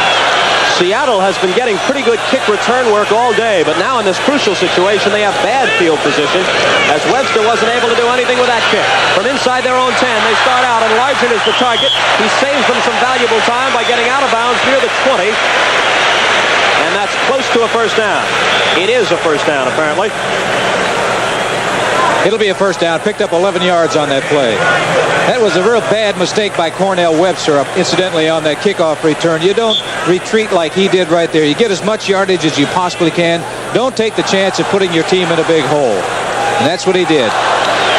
As it becomes relevant with time winding down, each club has 2 timeouts remaining. 2 minutes and 31 seconds on the clock. Here's where it's important, I think, for quarterbacks to call a play, because they can get them in and out of the huddle. They're down to 9 seconds already, and the man in motion, he snapped at about 6 seconds of the 30-second clock. Zorn steps up into the pocket, fires down the right side, and a key interception on the play. Ray Claiborne went up and pulled it down. And he's mobbed by his teammates. Claiborne, who led the Patriots with 5 interceptions in 1979, takes the ball away from Jim Zorn and the Seahawks. It's at about the 49-yard line of New England. The intended target was John Sawyer, the tight end. He was going to number 81, Sawyer, the tight end, but he did not locate Claiborne, number 26. He's looking to his left. He's going to come back and throw the ball to his right, but he never located the defensive back, and he throws it right to where he is. He was intended for 81, Sawyer. They never had a chance to come up with a catch. That's the first time that Zorn has been intercepted today, but what a time for it. They spot the ball on the other side of the 50 at the 49 of Seattle. Look right now for New England to put that ball on the ground. The 2-minute warning eventually will stop the clock. Then the Seahawks can stop it twice more on their own. They wrap up Don Calhoun, and they ask for a timeout. At least that's what Bill Gregory was doing. He's the veteran of the defensive unit, and they do stop the clock. This is pretty good strategy to use those 2 timeouts before the 2-minute warning. That way, if they stop them from getting the first down in this sequence, they'll have very close to 2 full minutes to work with themselves. Let's go back. What about the timeout they had to call because they were taking too much time on that 30-second clock and had to call a timeout to prevent a 5-yard loss? That's why I say quarterbacks calling the plays. You can get in and get out of that huddle a lot quicker than you can if the plays. That Seattle does not do a great job of calling plays. Jerry Rome does an outstanding job of calling plays, but certain situations you got to turn it over to that quarterback. Sometimes the coaches counter that argument about letting the quarterback call his own plays by saying, not only do we think we can do a somewhat better job of calling the plays, but since we know what's coming, since we make the call, we can watch what develops better. We can anticipate what's happening and look at key matchups that lets us follow the game better. Do you buy that argument? I do not buy that, because that's been told to me before. I don't buy that. What about the fact that a quarterback like Brogan could go into the huddle and he could look at number 61, Sam Adams, and say, Sam, I want to run this particular play in this particular area. How can we block it? Now, Sam Adams, if he makes a statement, you can be assured that he's going to bust his tail to make sure that that is accomplished. You get the players involved. Coaching staff, they do all the work prior to the game, but right now, the people involved that determine the winning and losing of this game are the players on the field. 2nd and 10 with 2:17 left. A hole opens for Vegas Ferguson. He gets good yardage, but it will be 3rd down. He picked up about 6. Jacob Green, the rookie, the number 1 Seattle draft choice this year from Texas A&M, made the tackle. Seattle expends their last timeout with 2 minutes and 7 seconds left. They gave up a lot of yardage on that situation right there when they knew that New England was going to run with the football, giving up 4 or 5 yards. Now it's a situation where it's 3rd and 4. I'm sure that New England is going to keep that football on the ground. Their punter is Mike Kubach. He is a rookie from Kansas who kicked spectacularly well in the first 2 games, has not done nearly as well today. His talents could come into play if New England doesn't make the first down on this next play. Well, his talents would come into play. The main thing is get hold of the ball and kick it, get rid of it. You don't care exactly how far it goes. No timeouts remaining for Seattle, and they have to have a touchdown. They're down by 6. A reminder that in the Eastern time zone and the Central time zones, the premier program of Chips for this season will follow immediately after our NBC football coverage. It'll be seen at its regular time on the West Coast. This has really been a great game, and both quarterbacks have performed beautifully out there. By the way, you credit where the defense hasn't played that well, which I don't think they have on either side, but you have to give credit to both offenses that they've come up with some outstanding plays. Jim Zorn hoping that he'll have one more crack at it, and when he does, he'll be looking for that man, number 80, Steve Largent. Well, he made a catch in the end zone that was out of this world. All right, this is it. Seattle has to stop them here if they hope to have a chance. 3rd and 4. 2:07 left. They should be playing the run all the way. There it comes. Ferguson trying to go wide, and I believe he got the first down. Now let's see. He is so close. Terry Beeson made the tackle, but perhaps too late for Seattle. They're right next to the stick. They can measure without moving. You see Jim Ringo, the coach, is giving some help down there and making that decision. Once again, right there, Seattle knew they had to run with the football. They went wide. The force man was not up there to make him turn him inside. He was able to get to the sidelines and break a tackle, pick up the first down. And some of the fans at the Kingdome who have seen a terrific ball game think it's over now. They get up and start filing out. He went out of bounds on the play with 2:01 left, so technically after this next play we will get the official 2-minute warning, and that will be the last time the clock will stop, because the Seahawks are, and only a miracle reminiscent of the Philadelphia-New York Giant game of 2 years ago can save the Seahawks now. Well, they can still get the football back because it's going to be timeout after this play. There's a good hit. That's Hardy. Robert. Just to the 2-minute warning. Technically a minute 57 remaining on the clock, and we'll come back to the Kingdome in just a minute. Bryant Gumbel in New York. Those of you who were watching the Chargers-Broncos game and are now watching the Patriots and the Seahawks should be advised that nothing has changed. Denver is still out in front, still trailing in that ball game 30-13 as time winds down. Let's go back to Seattle and rejoin Bob Costas. Thank you, Bryant. We have a minute and 57 seconds remaining. No timeouts left for Seattle. The Patriots have 2 remaining, but that's academic right now. The Patriots lead Seattle 37-31. They have 2nd down and 10 from just inside the...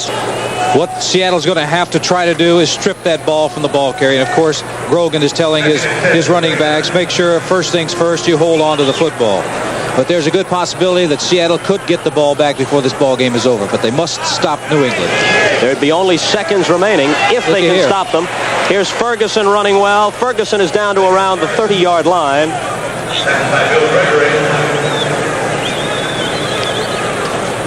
Clock winds down. It's at 1:43 right now. He got 8 on the play. It's 3rd down and 2. There's a situation right now, Bob, that it's 3rd and 2. They could, if they don't make the first down on 3rd down, they could go for it on 4th down. And not risk handling the ball on a punt or on a field goal where anything could happen. Seattle still with a prayer. They could have a few seconds to work with if they could stop them on this play and possibly the next if New England elects to go for it on 4th down. Ferguson renders all of that academic by getting the first down. And now the clock will run out, barring a fumble on the Seahawks. I don't understand this. I don't understand the defense of Seattle, because they should be having as many minutes on that line of scrimmage as they possibly can. They know that New England is going to run with the football, and they've been running basically the same place. They've been running over to 79 Jacob Green's position, thinking that here's a rookie, we'll work on him. All kinds of big plays in a game as wide open as this one, with 68 points being scored. But if you had to pick out one in the 4th quarter, it's probably Claiborne's interception, which took the ball away from Zorn and the Seahawks. 28 seconds left as they snap it, and Grogan goes down. The game is over. Seattle cannot stop the clock. Ferguson carried 20 times today for 75 yards. Calhoun had an even better day. Don Calhoun carried 12 times and picked up 77 yards rushing. They will not snap the ball again. New England will leave the Kingdome with a 2-1 record. Seattle will be 1-2. And we'll be right back to wrap this one up at the Kingdome in Seattle in just a moment. The final score as the gun sounds: the Patriots 37 and the Seahawks 31.